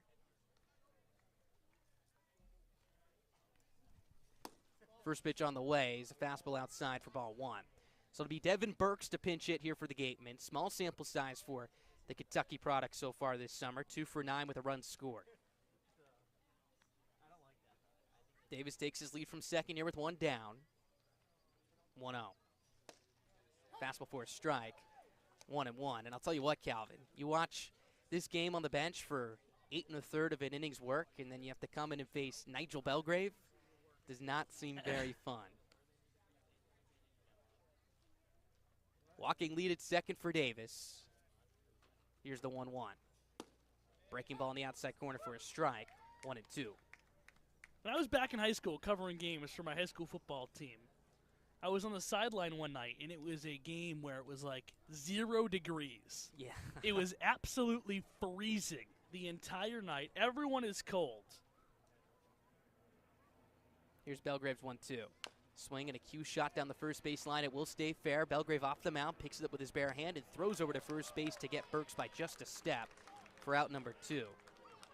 And I'm standing by the kicker all night, and my high school goes down 42-0 at halftime. They're getting blown out at the half.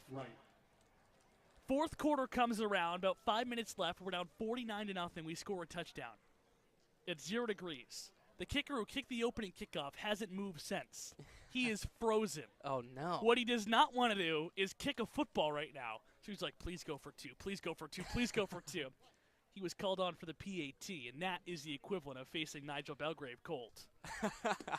First pitch to Blake Wright is down low for ball 1. Did he knock it through the He uprights? did, but I can't imagine the pain in his toes when his first time kicking a football in 3 hours came after standing in 0-degree temperatures. I'd like to know the pain in Belgrave's toes after kicking that ball to Brito over at first base. 1-0, swing and a miss for strike 1. Count evens up at 1 ball and 1 strike. Well, it looks like Nigel's shaking it off, and it looks like he's pumping the strike zone. Now he's smelling blood in the water, 1 out away from finishing this game. 7-2, Braves your score, top of the 9th. 1-1. Taken down low. Count moves to 2-1 here. Carter Graham on deck if the inning can extend that far. Pretty quick ball game tonight. Started at 6 o'clock, just about 8:52 local time for a 9-run affair. Getting out under 3 hours would be quite a plus for both sides. Next pitch is found straight back, a breaking ball at the top of the zone. Right well out in front as the count evens up at 2-2. Light shining bright here in the diamond, of course, as the sun is completely set here at the ballpark. The first of 4 games for the Braves here at home this week before the All-Star break. They'll take on the Katuitt Kettleers tomorrow at 6 o'clock as well. Not a save situation for Belgrave, but looking to slam the door. 2-2, swinging a soft tapper to short. Shaw will charge it, picks it up with his glove on the run, throws to first base. That is in time. Matt Shaw sparkling one more time to put a period on a 7-2 victory for the Braves here in 8.5 innings. Nigel Belgrave slams the door on the Gatemen as we finally have a decision between these two ball clubs. If you didn't know, the prior 3 meetings between the Gatemen and the Braves were 2-2 ties. The Braves end up winning this one 7-2 to pick up their 15th win of the year. Welcome into the broadcast booth. Max Stanzer joined alongside Calvin Cristoforo. And you got to put this one at the top of the list of complete games played by the Braves. Yeah, really good win all throughout with 2 runs on the Mac Horvath long ball in the top of the first inning instead of the bottom of the first inning. But since then, the team really just never looked back. A 7 spot on the scoreboard. Wareham stays consistent. They throw their 2 up there, but the Braves beat them 7-2 tonight. really good to take advantage of a last-paced ball club, especially with Katuitt coming to town tomorrow. And with the offensive explosion, something that will go underlooked is the pitching tonight. Ryan Fisher set the tone early, 3 2/3 of an innings work. Will Sandy was fantastic. Justin Willis and Nigel Belgrave bounces back, puts a 0 on the board for the first time in 4 outings. Yeah, really sharp. He came in the ninth with a 5-run cushion, so not a ton of pressure for the Braves right-hander. Allowed a hit, not a hit, it would have been a hit if his foot didn't kick it to first base. Allowed just 1 walk. Got out of the inning after that, so a really good frame by Belgrave. Encouraging signs are plenty that you can take away from this game. No doubt about that. The Braves are able to gain some ground here in the Western standings, again trailing both Hyannis and Katuitt. They'll take on those first-place Kettleers tomorrow night at 6 o'clock as well, assuming that they're able to come back against Hyannis. That's going to do it for Calvin and I here in the booth, but make sure to stay tuned. After this quick break, it'll be time to send it down to Ethan Frank with our player of the game. Scott Landers is the new man in charge in Bourne. The new Braves field manager is in his first year at the helm at the Bravos and brings with him an exciting staff that includes World Series champion Jared Saltalamacchia. It's an exciting new regime of Bourne Braves baseball, and it's a team you're going to want to see for yourself. Go to bournebraves.org for the full schedule. Tomahawk Talk is the official pregame and postgame analysis of the Bourne Braves. Hosted by the Bravos broadcast team, Tomahawk Talk provides pregame insights on game day on what Braves fans can expect to see that night. And after the game, the crew breaks down the matchup that was and looks ahead to what to expect tomorrow. It's Tomahawk Talk, and you can find it on game days on the Braves YouTube site, as well as at Bourne Braves on Twitter. What's better than a summer night? A summer night with the Bourne Braves.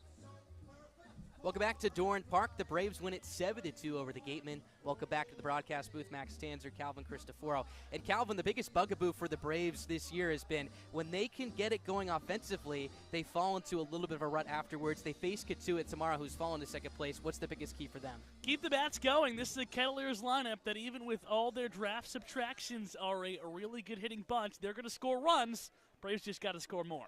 Absolutely. They scored more than the Gatemen tonight. A big part of that was Chris Brito. We're going to send things down to the sideline with our very own Ethan Frank. What do you got for us, Ethan?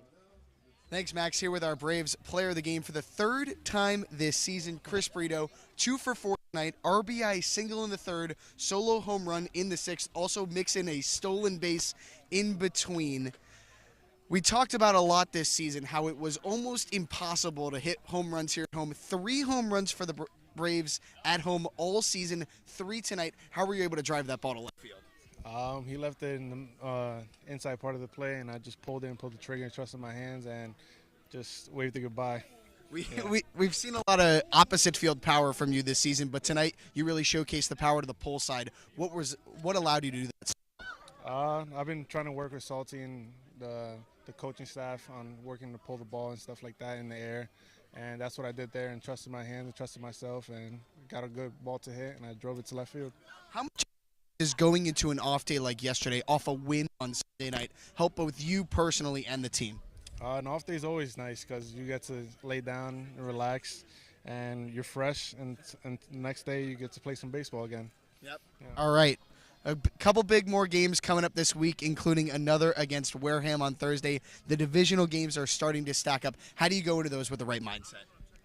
This is the grind time at the end of the season. Playoff time is we got to take over, and I think this team is ready for it, and that's what we're going to do, grind. You heard it from Chris Brito. The Braves are ready to grind and get in the playoffs. They're ready for it. Chris, great job tonight. Thanks so much for your time. Thank you, Ethan. All right, that's Chris Brito, our Braves player of the game. You can catch him and the rest of the Bravos tomorrow. Our coverage starts at 5:40 for our producer, Ben Spector. We'll see you tomorrow night.